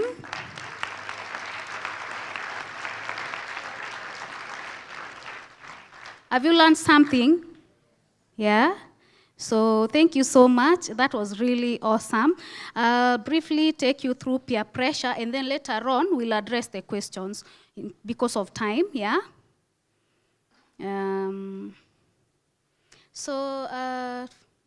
To my media team, please project for us peer pressure. I'll go very, very briefly because of time. Okay. And then go to slide, let me tell you. Go to slide 11. No, slide 10 actually. We'll start from slide 10, thank you. So I know you know me, my name is Tekla, and it's a pleasure to be here. So when we talk about peer pressure, what do we mean? Like, what do you understand? So peer pressure is when this is when there's influence, like you find that your friends or people around you are like you're drawn towards them, or you tend to go in a certain way so you can feel valued and accepted. So when you find yourself gravitating towards certain trends or certain things that your friends are doing currently, why? Because there's that need to belong. One of the basic needs for a human person is the need to belong. Actually, you may be the poorest of the poor, but as long as you're feeling you belong, you do well mentally, right? So the basic need, I think it's the major basic need in a human person is the need to belong. So whenever there's that, you're not feeling like you're belonging, then sometimes you find people trying to conform so as they can belong. So it can occur at any age. Peer pressure, like Kathleen mentioned, is for anyone, young, old. No one can say me, I'm immune. Yeah. So coping with peer pressure is about getting the right between being yourself, yeah, like you're comfortable being you and not being someone else, and at the same time you're also able to be part maybe of your group or your peers, and you're still comfortable. You're fitting in your group. So we have, and I know this we did before, the next slide, please. We did before where we were talking about types. Let me see if any of you can remember. What did we say were the types of peer pressure? Yeah, we have direct peer pressure. This is when peers explicitly encourages or forces you to do things that you not necessarily would want to do. Like there's force, when you're forced to do something so you can feel like you belong. And then when we talk about indirect peer pressure, this is where, for example, there's this trend, people are dressing in a certain way, or your friends are talking in a certain, so you find yourself doing it so you can fit in. Yeah. So that's direct. I'll briefly go very fast. Then, when we talk about positive peer pressure, this is where you being encouraged to adopt positively to behavior such as studying hard. Yeah, like you have a team of friends, and I don't know, do you still have group discussions in high school? Yeah, you encouraged maybe to study, joining a club. Maybe there's entertainment club. What are some of the clubs you have in school? Let me hear. Dance group, dance clubs, worship team in school, yeah? What are some of the journalism? What are some of the clubs you have? I want to hear. Someone shout.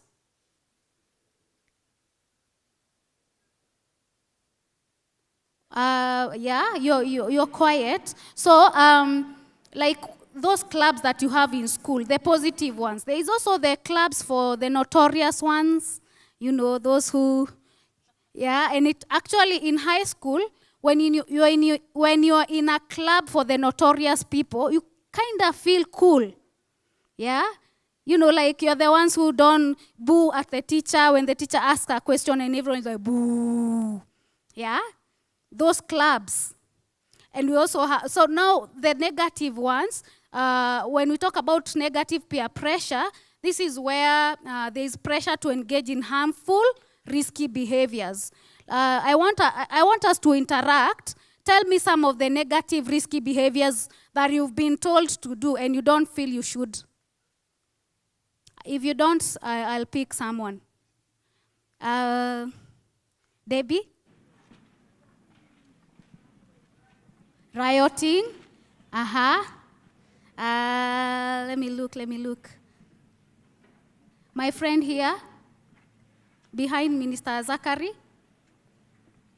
Yeah? Stealing, yes, stealing. Another peer pressure, you found yourself being told to engage in some activities. Let's go to the worship team.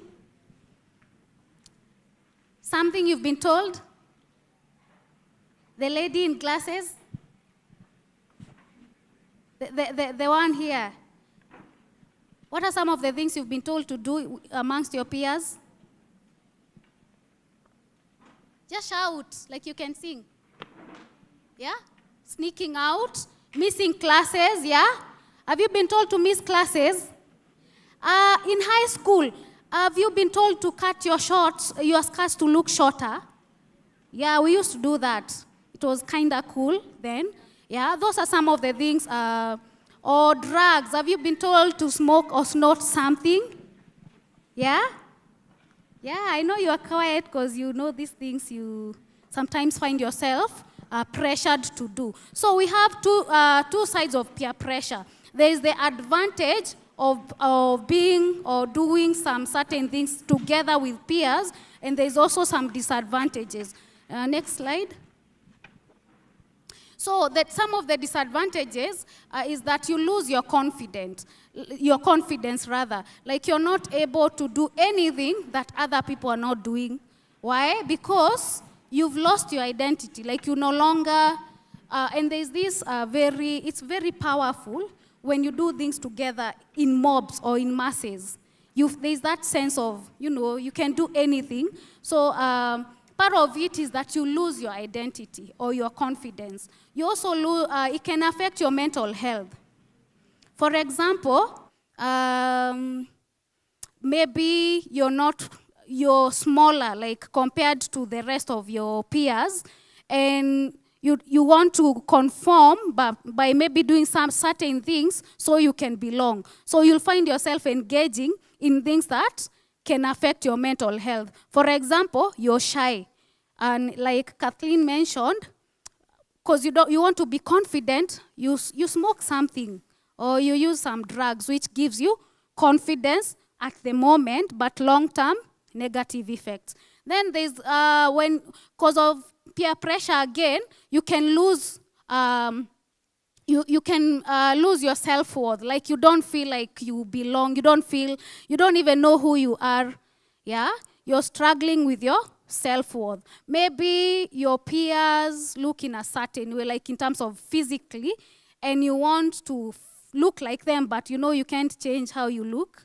So you end up feeling like you're not worthy. Advantages, some of the advantages of peer pressure are the motivation that you can, actually when you're together and you decide, we are going to, I remember in high school, I used to have a friend of mine. We would compete for the badges. Are you given badges nowadays? Best in something, best in English. So I used to fight for 3 badges because I knew I would get them. So we would be with my friend. We would compete. Naambiana, hii badge ni yangu next time. Hii cut ni yangu. And then somehow she'll get it. And then the next time I get it. That's positive peer pressure. And then we would actually study together. So like it gives motivation when it's positive kind of peer pressure. It also gives you an avenue to talk about your feelings, yeah? talking about your fears, talking about your aspiration, and in the process, you learn from your friends, which can also be a source of encouragement, yeah? So what are some of the positive effects? The next slide. Positive effects of peer pressure, like we said, you're able to get advice and encouragement. If you're going through stress and you have your friend, like as peers, maybe you've agreed in the next end term exam, in this group, we want all of us to be top 5. So, you know you can advise each other. And maybe if someone is experiencing a stress or something that is disturbing them, they are able to have that avenue where they can talk about their issues. Or maybe you're feeling confused. I don't know, I saw this, I don't know what's happening. People can actually, your peers can listen to you. There's also the sense of belonging, which we said is one of the basic needs, yeah? Where you whenever you find the right peer influence and you feel like you belong, yeah? There's also the reinforcement of positive attitude. Having peers who inspire you to learn new things, yeah? Like amongst your peers, and maybe there's this positive thing you've learned, maybe you're thinking about starting a project or doing a project in school, and you're with your peers, you're sharing. Those are some of the positive effects of peer pressure. So how peer pressure affects us? We're going to look at how peer pressure affects someone. So peer pressure can sometimes be positive, and it can also be negative, like we said, yeah? So the way we interact with others is one of the way peer pressure can. When it's positive, you feel you belong. But when it's negative, there's that sense of intimidation. Like, if you don't do as we are doing, you're not part of us. You know, if you don't snort some drugs, you're a snitch. So there's a way you'll feel, you know. So these are some of the things that can really affect how you interact with other people. There's also our ability to make decisions independently. So if you're in a positive, you're experiencing positive peer pressure, people allow you to be you. Like there's autonomy. So you are allowed to be independent. You're not forced or coerced to do certain things. But mostly, when it is negative, you will be forced to not think for yourself. Like your friends will tell you, can't you see so-and-so is also doing this, you know? So you'll find yourself conforming just to belong. There's also loss, you tend to lose ability to decide for yourself. Like you're not independent. So you could be having brilliant ideas, but because you've not allowed yourself to be you, so those ideas will just not be maximized. And remember when we said mental health, part of it is tapping into your full potential, yeah? There's also loss of individuality. So when you have to conform to your peers, it's like you cease to be, because you want to be like so-and-so. So who will be like you if you're like so-and-so? So that's another effect. You're also forced to join bandwagon, or also lose your original way, like lose how you originally look. Those are some of the ways. Risk factors of peer pressure. What are some of the risk factors? One of the risk factors, and I've seen a question on low self-esteem, yeah? Where you feel like you evaluate yourself negatively. You view yourself like you're not worthy of love, you're not good enough, you're just a mistake, or things like those. Those are some of the thoughts you'll struggle with. You evaluate yourself harshly in a negative way, like you're very critical of yourself. And then there's lack of confidence. Yeah, you're not sure you should talk about or express yourself or just ask a question because you're feeling shy, because you don't have confidence. There's also uncertainty about one place within a peer group. Like, because of low self-esteem issues, you'll find yourself to become a people pleaser. Why? Because you want to belong. So if my friends are stealing and I want to belong, what do? I join them, I steal, yeah? Why? Because I want to belong. So you'll find that you're very uncertain about yourself, no personal interest, like you don't engage in things you're interested in yourself. You tend to do what other people are doing, even though you don't like it. There's also poor academic ability or performance. Because if I don't believe I can do this, if I don't believe I'm good enough, and then my biology teacher asks me, what are the functions of a mitochondria? What will I do? I'll be so confused. I'll be anxious, and then if it's a question on a paper, I'll write wrong answers. Not because I'm stupid, but because of not believing in my own ability to perform. And then there's fear of one's peers. Like that notorious, that person, that popular, actually in schools, the more notorious you are, the more popular you are. Sindio? Ni kweli? Yeah, the more you are smoking or doing these things, sagging your trouser, I don't know how to wear, the shorter your skirt, the more popular. So, like, these are some of the things that you'll find in school. So you'll find like you don't have strong connections, like you don't have strong friendships, because it's more superficial, it's not really authentic. It's not who you are. You're just doing things to fit in. And then there's also feelings of fear that your friends will turn on you. Because remember, the friendship is not authentic. So you just do anything to cover up. So let's say, for example, you can even badmouth your friend to look more popular or to fit in better. And then in the process, also fear that some other people will do the same. There's also close bond with bullying. Yeah. So when we talk of peer influence, where the bully in your class looks cool, yeah. So what do? You also join in and bully others. Then we look at how do we deal with peer pressure. Some of the things you'll hear is like when your peers are directly influencing you to do wrong things, they'll tell you, go on, yeah, do it. Yeah, you can do this. So there's a lot of that, and you tend to think it's cool. It's actually the right thing to do. And you lose your identity. You lose who you really are just to fit in and belong. So handling peer pressure, one of the ways is creating strong self-belief, where you're able to know yourself, to know your strength, to know your weaknesses, yeah? You're able to maximize. Remember we said part of mental health is to maximize your full potential. It's also it's to make a positive contribution to your community. So if, let's say, your peers are bullying one of your classmates because your classmate is bigger in size, so you want to fit in. What do? You also bully them. Yeah? Are you making a positive contribution to your community? Are you going towards becoming mentally not okay? Yeah? Yeah?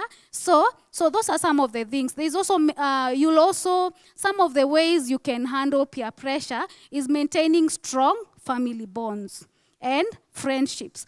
I think it's George who said that when now you've used drugs and probably you're sick, your family is the only one that will remain. Your friends run away. Like, people begin to isolate you. Yeah? So when you create strong family bonds, like you have a relationship with your family members, that you can go and tell them, by the way, I think I'm struggling in this area. What is it that I can do? You can confide in your family. So the bond with parents is the first and most powerful bond. So when you have a secure support system, which is mostly from your parents, and sometimes it doesn't happen, so you can still create or look for ways of maintaining healthy bonds as a way to help you cope. Because once you feel you belong at home, You don't need to, I know as a teenager, belonging to your friends is very key, but when you feel you belong at home, it will not be as a major desire like it will be when you don't have right relationships with your parents at home. So always be comfortable with your choices. How will you do that? First, you need to know your values. What are your values? You just, if maybe your values is honesty, and then your friends are telling you, let's go cheat on our exams. Let's carry more Kenyas. So because everything is carrying more Kenyas, and I've not actually studied for this exam, do you also join in and carry? So being able to stand for your choices and say, by the way, me, if I fail, I fail. But I'll stand by my values. And for us, what are our values? Yeah, they are biblical based, yeah? So being able to stand for your values. If you're giving in and doing something contrary to your characters or your core values, then later on, you will regret. Like, I don't know if you've ever done something, and then your conscience keeps haunting you, yeah? Like, oh my God, why did I do this? You'll not even have peace. Like, sometimes you'll even see like Minister Liz is following you when you're doing these things. Because at the back of your mind, you remember, hey, Minister Liz said we don't do these things, and you've been doing them. So there's that, you'll not be at peace with yourself. You'll keep hearing the voices of, maybe it's your parents who told you what to or what not to do.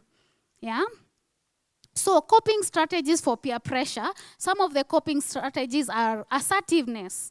What is assertiveness? This is where you're able to say no without fear of saying no, and respectfully. You don't have to say no by bullying someone or calling someone a name. You can still say no respectfully. So it is okay to say no if something is not according to your beliefs or your value system.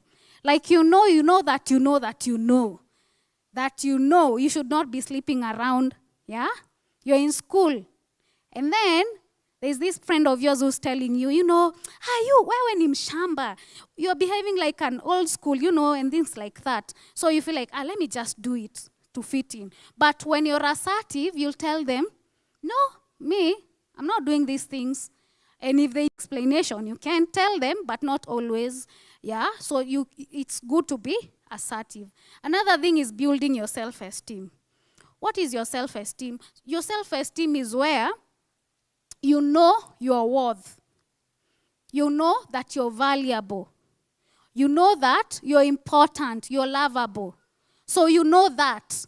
So no matter if, let's say for example, my friend tells me to do something I shouldn't do, if I know I am worthy, I will not be as scared when I say no, because I'm like, I don't agree with that. So you go ahead and do it.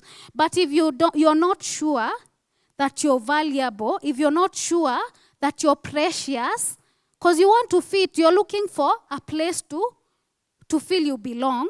So you'll do anything, including everything, yeah? So building your self-esteem, and for those with questions, I know this is something we'll continue to do even during our other sessions, to just help you know that, number one, you're very worthy, and you don't need to conform. You don't need to be someone else. You don't need to look like someone else to belong or to be precious like you are, yeah? So you're as good as, you're fearfully and wonderfully made. You don't need to look like, who? Yeah, exactly. You don't need to look like those people that we see. Some of them go for surgeries. Do you know that? Actually, majority do. It's not their natural look.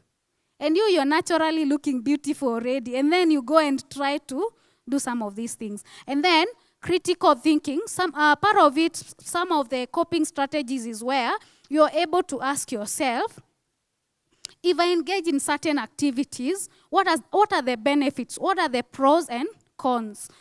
Should I do it? or should I not? Yeah, like you can think for yourself. You don't need to, someone doesn't need to think for you. Because see, God gave you brains. For what? For thinking. So you can stand and think and ask yourself, so-and-so told me to do this. Is it of any benefit? No, it's not. Okay, then I don't need to do it. Yeah? And remember, like also George said, that today, actually your choices today determines your tomorrow. If I look back in my life, the choices I made in high school, then I went to campus, the choices I made, and then at work, the choices I'm continuing to make will determine my tomorrow. So if I make choices that will affect me because I want to please my friends, then tomorrow I'll be alone and I'll suffer the consequences alone. So you need to critically ask yourself, if I snort something or if I use any substances because my friends are using, what will be of me tomorrow? And if it's positive, go ahead, and if it's not, then you have to think twice. So encourage independent thinking. Like ask you, and if it's hard, sometimes you may find yourself in situations where it's like the decision you're about to make is confusing for you. That's why we have us, yeah? That's why you have your parents. That's why you have your maybe elder sister or brother to consult and ask them, my friend told me to do this. Should I do or should I not, yeah? When it's tough for you to make that decision. You can always, there's a Bible verse in Proverbs that say, Minister Herbert, the one that says, among counsel of many, you may not fall, like you won't go wrong. Like seeking counsel of those who are ahead you will lead you to making better decisions. And then seeking support from your parents. And I know sometimes as teenagers, you feel like your parents don't know, what do you call them? Old school. So maybe you can seek from your teachers. Parents, of course, they know better. Someone said that, your parents, their wisdom, you cannot reach it even if you stood on their shoulders. They're able to see what you can't see because they've experienced it. They've been there. They were 116, yeah? So it's good to just listen. Ask them just to hear what they got to say. Your teachers, you can also come to us as counselors or psychologists. It does help. And then, how do you now resist negative peer pressure? Because remember we said there is positive and negative. So how do you resist peer pressure, the negative one? So we have the word resist. Everyone say resist. Resist. Like people are saying reject. Now we are saying resist. Yeah? So resist, it's an acronym. R for remove yourself from the situation. So let's say your friends are telling you, let's do something. Remove yourself. And then excuse yourself or give reasons why you should not do something. Say no. It's okay to say no. It's not a sin to say no when it's necessary. And then know yourself. Like if someone told you to do something that you know, because there's usually that, we call it gut feeling. Sometimes we call it Holy Spirit. What else do we call it? That feeling you feel, I shouldn't do this thing. Yeah? Know yourself, because there will always be. I don't think I've ever been in a trouble situation that I didn't know. Because there's usually that feeling in you. You feel like, no, I don't think I should do this. But you just say, let me do it anyway. So listen to that feeling, and stay aware. There's identify the problem, by the way. Sorry for that. So identify the problem. Okay, if I engage in this, what will be the consequence of my actions? And then stay aware. Then talk to an adult. You don't have to deal with all these things by yourself. You have an adult somewhere who can help you. So observe the people group that you socialize with. By the way, you cannot, it is said actually, even Jesus said, that you shall know them by their fruits. So there is no way you'll be feeding yourself with trash and expecting that you will give, like you will do good things. You're watching porn. What are some of the things we do? You're snorting something, or you're, gossiping and things like that, the negative things. Or maybe you're watching or listening to the kind of music that is not profitable for you. Yeah, all things are beneficial, but not all things are profitable. So you need to ask yourself, whatever or whoever I'm hanging out with, is it profitable for me or is it not? So if it's not, then you don't need to hang out with such kind of people. And then avoid situations that present the problem. Let's say, for example, like, the way you say, ati tuna evangelize. Unajua nikitembea na nani, nitamconvert. You're not the Holy Spirit. So, don't convert people.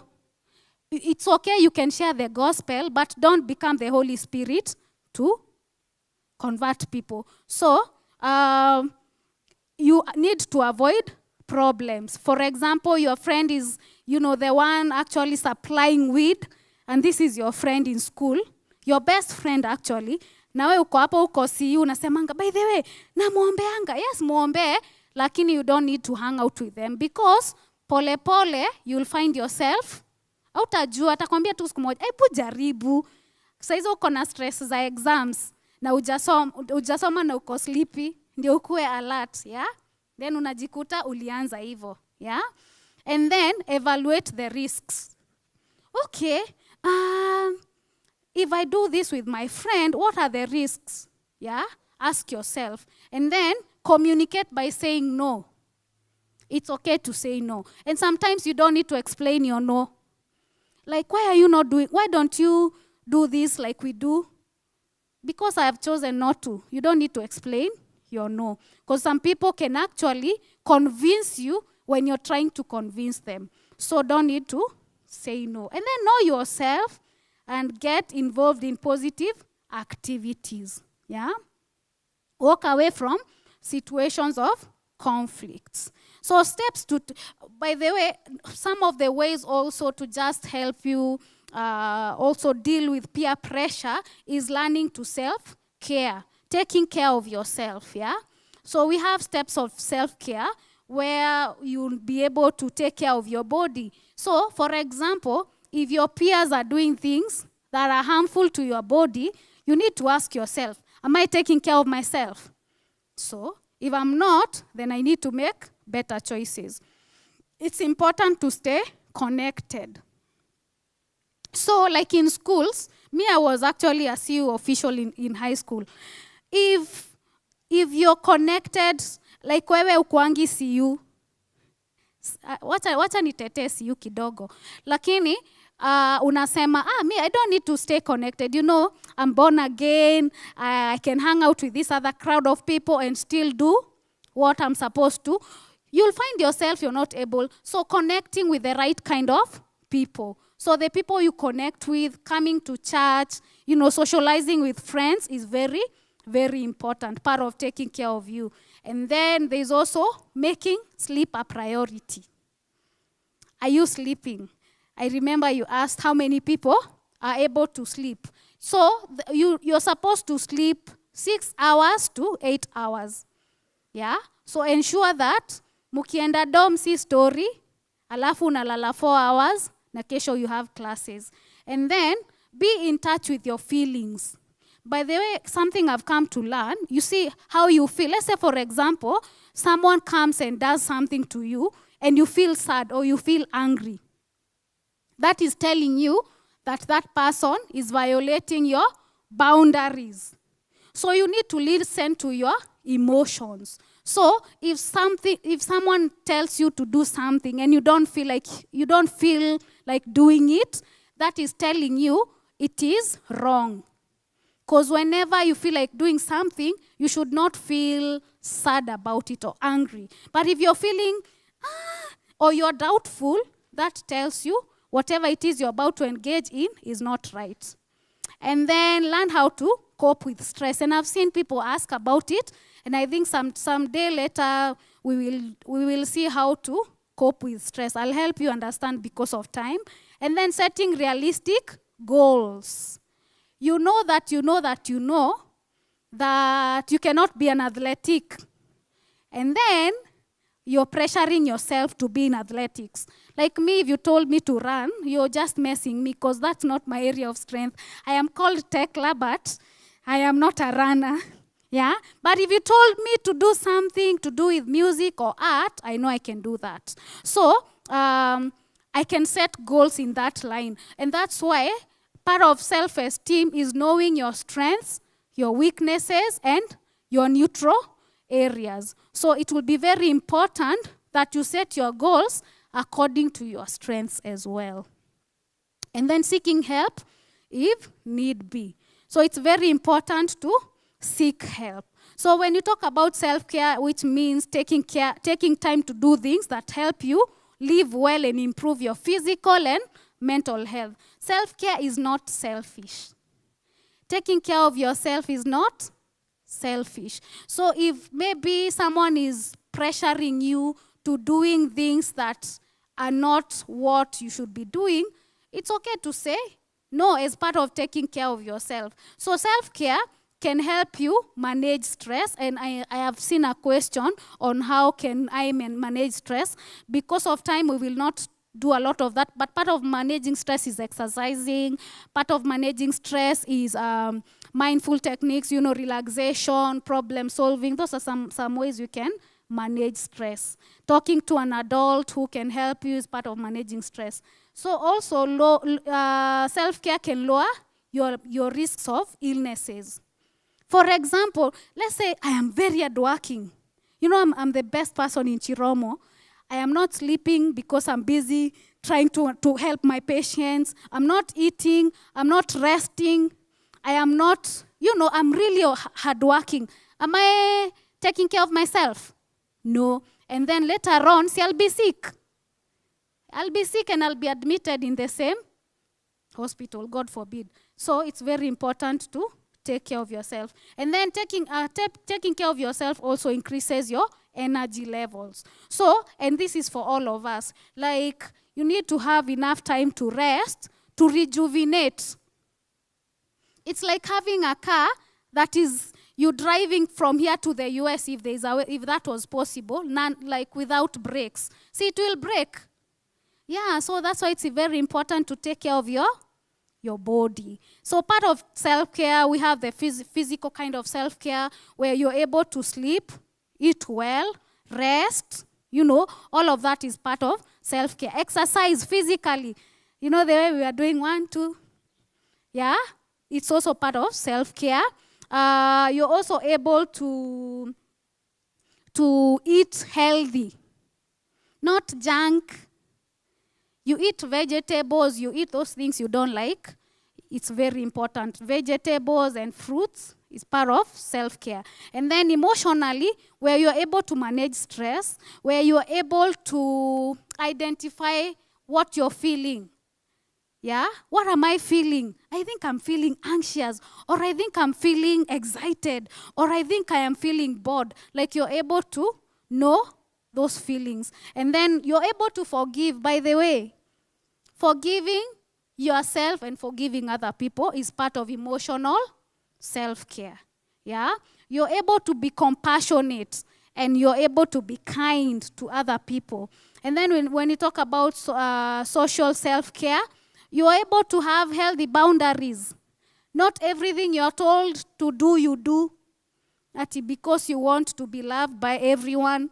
So you're able to say no when it's needful. You're also able to have or create healthy support system. And support system could be your family. Support system could be your peers that you do right things together with. Support system could be your church.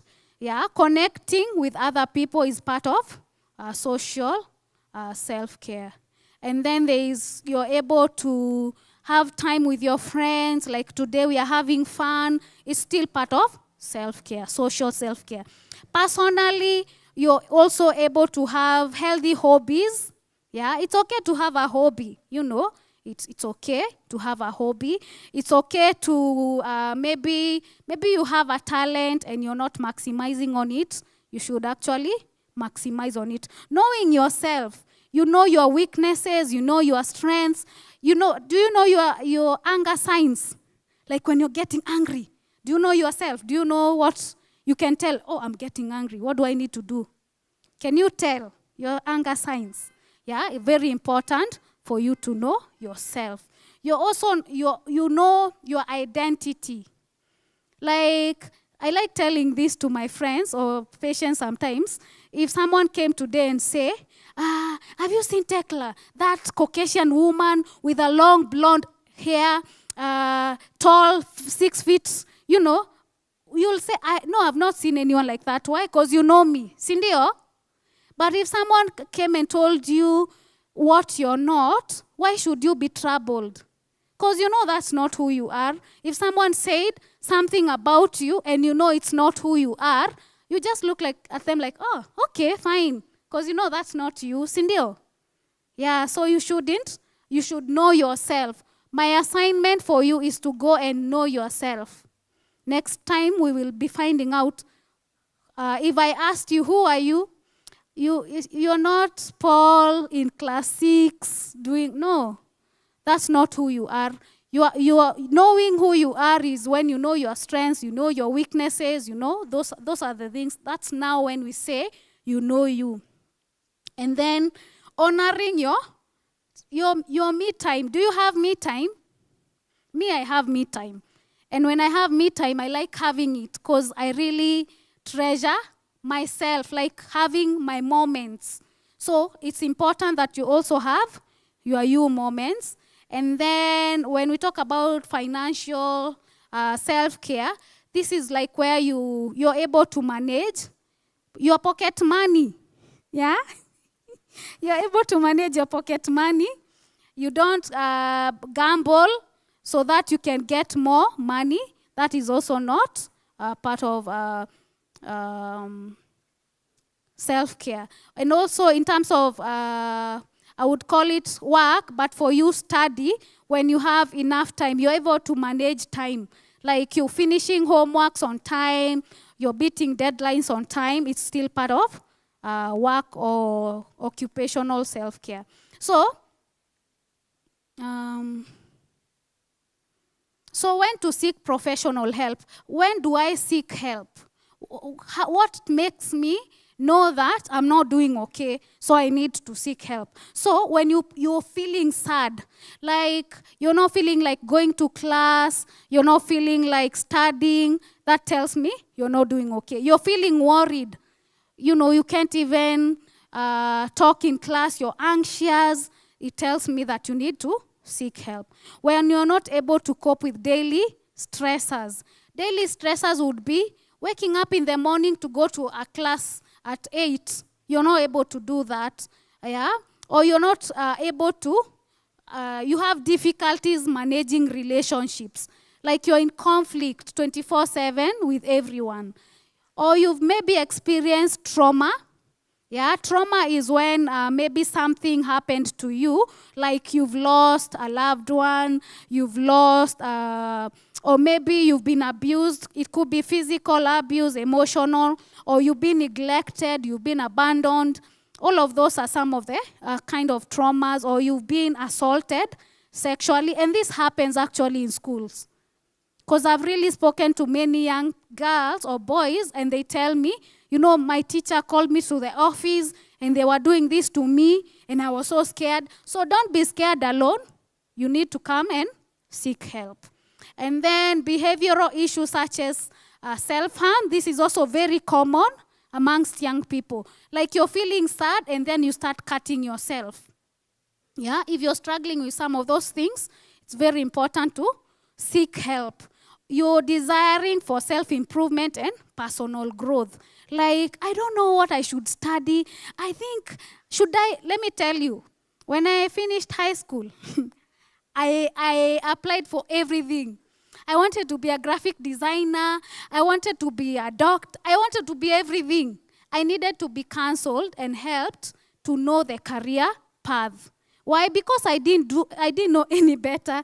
I used to wonder, when you do human resource, what do you become? I didn't know.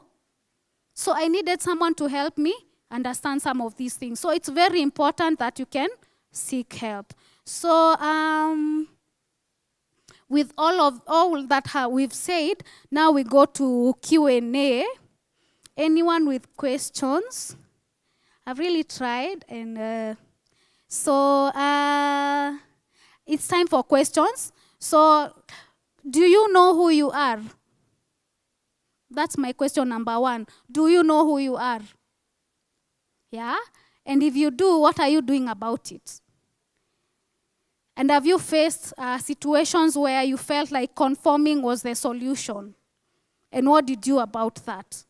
Yeah? So I'll ask us to ask questions as we answer the questions that were asked before, and then we'll go around. If you have any question in terms of peer pressure, how do I deal with peer pressure, even as we've handled kidogo, we can be able to answer. So I'll ask Kathleen to answer maybe the first question. Hello, hello. Are we doing good? So I'd like to take a very limited time. Could you kindly just stand? I want us to do an activity. Naona tumechoka choka kiasi. Tumesikiza, we have so much information coming in. We need to know how to process it. You know, one of the themes of WHO this year, the theme for mental health. The theme for mental health this year from WHO. Who knows what it is? Who knows what it is? WHO, World Health Organization. Tell your neighbor, movement. Tell your neighbor, movement. And then ask them, how do you move, or rather, how have you moved to improve your mental wellness? Have a discussion with them. What have they done? Have they gone to the gym? Do they walk? Do they skip rope? Do they run around? Are they swimming? Do they dance? How do you move? When do you move? And how long do you take in your movement? WHO recommends the least number of minutes per day to invest in your physical activity or movement. Not looking at your watch to gather how many steps you've taken during the day, no. Strategically setting time aside for your physical activity. It is not less than 30 minutes a day. So cumulatively per week, recommended the least amount of time you should take is 150 minutes of movement per week. So divide that, do the math. So I want us to do a very interesting activity. It's in form of a song. So we will do this. I hope you can see me at the back. I hope you, oh yeah, kuna camera. So this is what we're going to do. You do this. I am alert. Alert, you lift up your hands. Both of your hands. I'm holding a mic, sorry. So the first question is alive. Okay. Alive. Alert, hold your waist. Awake, you hold your feet, your toes. So that means move out of your seats, get some bit of space for yourself. We are young, tungali wachanga. Alive, let's see. Alert, awake, touch your toes. All right? And then we do the fourth movement is enthusiastic. You do this, flowers. So let us begin. This is how the song goes. I am alive, alert, awake, enthusiastic. I'm alive, alert, awake, enthusiastic. I'm alive, alert, awake. I'm awake, alert, alive. I'm alive, alert, awake, enthusiastic.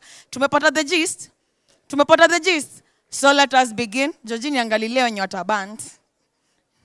All right, are we ready? And then I will increase the tempo of the song.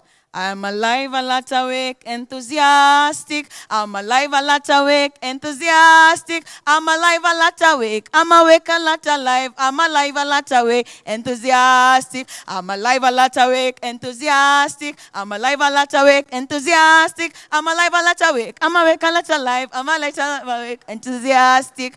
Clap for yourself. Have a seat. Have a seat. So one boy says, I love my mommy, should I buy her flowers? By the way, your mommy deserves all the flowers. If it is possible, buy her a garden. Next question. Someone is asking, how can we know which side of the brain gets addicted? The whole brain gets addicted. It's like taking food and your body is affected by your food. There is no specific part of the brain that gets addicted. It is the whole part of the brain. There's someone who's asked a very interesting question. How do I know if a person is imagining things because they are drunk or filled with the Spirit of the Lord in public? That's a very important question. The Bible says, I think in Ephesians 5:18, do not be drunk with wine, which is debauchery, but be ye filled by the Spirit of the Lord. There is a reason why we say wines and spirits. So how do you know that someone is filled? Kuna evidence ya kunuka pombe. You will see the bloodshot eyes. That is why we did the physical, behavioral, and cognitive pointers. How do you know that someone is drunk with wine and not with the Spirit of the Lord? With the Spirit of the Lord, of course, they'll have to be in a session. They'll be maybe exhibiting some of the gifts of the Spirit of the Lord, like speaking in tongues, prophesying, and they'll be in prayer. And they will, without a doubt, you will know. Georgie asked, if we had two people here who are drunk, how do you know, or rather, what will be the giving out signs? So that is why we did behaviors and all that. And there's someone who's asked about faith-based rehabilitation center. I think I know New Hope Foundation, New Hope Foundation Rehabilitation Center. There's also New Faith Hope Rehabilitation Center. There is also Asumbi. It's quite popular. Also at Chiromo, we do have our own rehabs. One is in Lemuri. It's called The Retreat. It's scientific. And one is in Ngong. And there are very many, but you can also Mathare National Teaching Hospital. It also has a rehab. Mathare, it also has a rehab. So you can also feel free to consult there. And yeah, I'm done. Thank you. I will take less than 5 minutes because I know we have been able to use a lot of time. So I'll combine some of these questions that I have, and I'll start with one for mental block and not being able to concentrate in school. So one of the things that, including also being anxious when it comes to exams, one thing is to exams prepare as much, because anxiety comes even when you're prepared. So try and prepare as much as you can. And if the block happens, try and take breaks, especially when you're learning. There's a technique that is a Japanese technique, if I'm not wrong, if not Korean. It's called Pomodoro, whereby you study for like 30 minutes, then you take a break for like 10 minutes. Try and do that, because if you study continuously, then you will not actually understanding anything. And that is why even the education system has like 45 minutes of learning, then there's a break in between. And you need to learn how you read. I know sometimes you go, see what una switch off for class. At 45 minutes where ichangi, soma tu kweli. Me, I used to do that, right? So you need to know how you learn.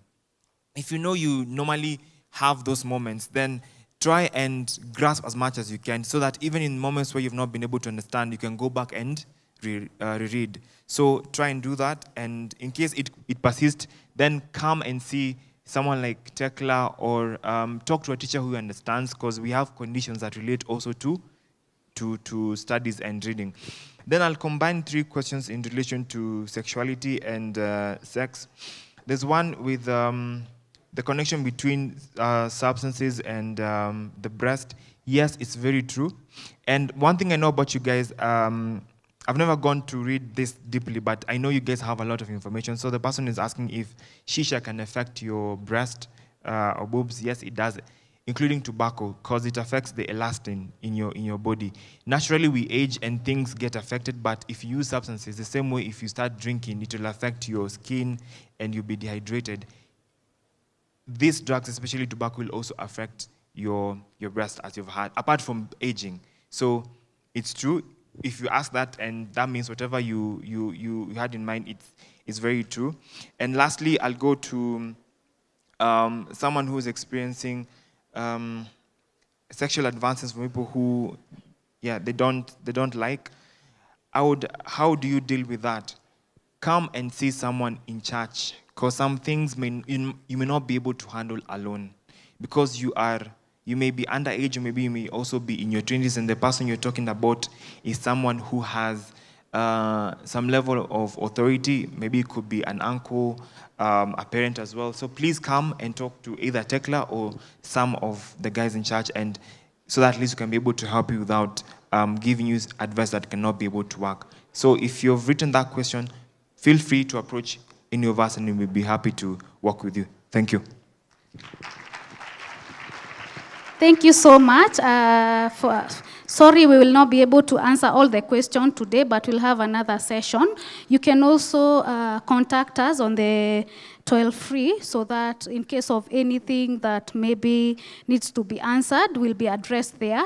For low self-esteem, we'll handle it again because many questions came on the same. We will have another session. So if we've not answered your questions, we will address them next time. So thank you so much for your patience and being attentive. We appreciate. We will welcome Minister Herbert.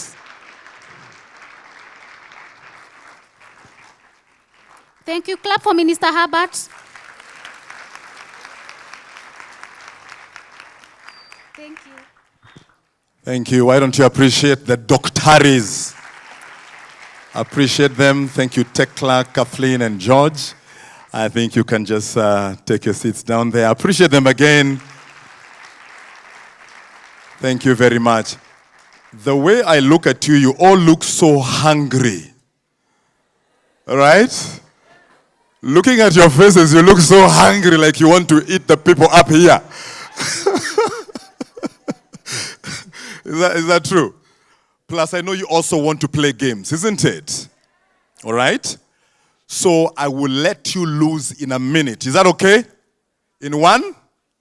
Less than a minute, actually. So what I want to do is I want to appreciate the ministers who are here today.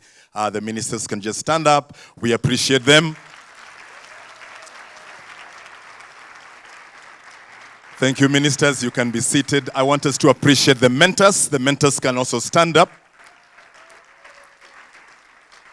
And the mentors, so when we will be after food in the current B, please you can see any one of the mentors in case you need any particular thing attended to. Is that okay?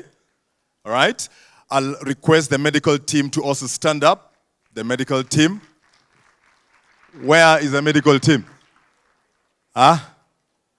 They're somewhere, right? Fantastic, all right? Amen. They're at the back there. All right, thank you very much.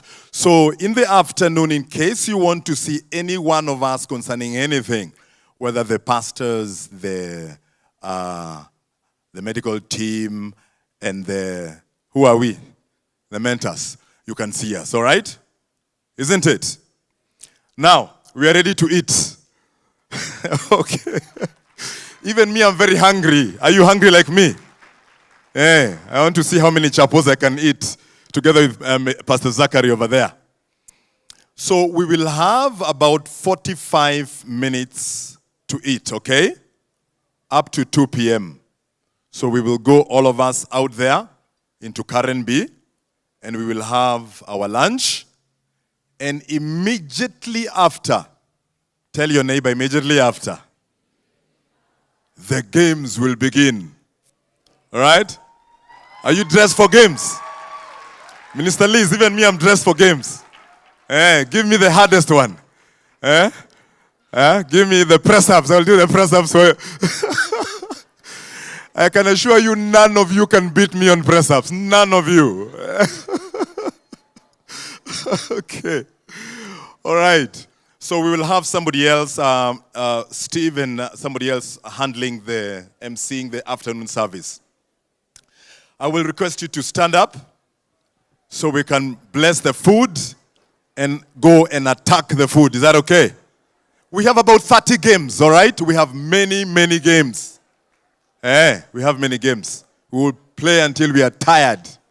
All right?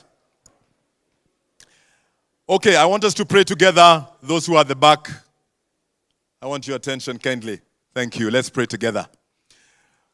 Dear Heavenly Father, we thank you for this wonderful session, oh God. We thank you so much, even for our psychologists here today. Thank you for Tekla. I thank you for Kathleen, and I thank you for George. And I thank you for everything that they have taught us, oh God. We do appreciate them, oh God, because we know what they have taught us is normally paid for to receive it. So we thank you for them, oh God, and we ask you to bless them for that which they have given unto us, oh God. May you refresh them, may you expand them in every area of their lives. We pray for each and every one of us, and we thank you for the food that has been prepared for us, oh God. We receive it with thanksgiving. For we pray this, trusting and believing in Jesus' name. And everybody said amen. Amen. Put your hands together for Jesus. Thank you very much. So all of us can now begin heading there. Steve? Right? Yeah. So we can begin heading to Karen B. We call it Karen B. Tukule mpaka 2 o'clock tuanze mchezo. All right.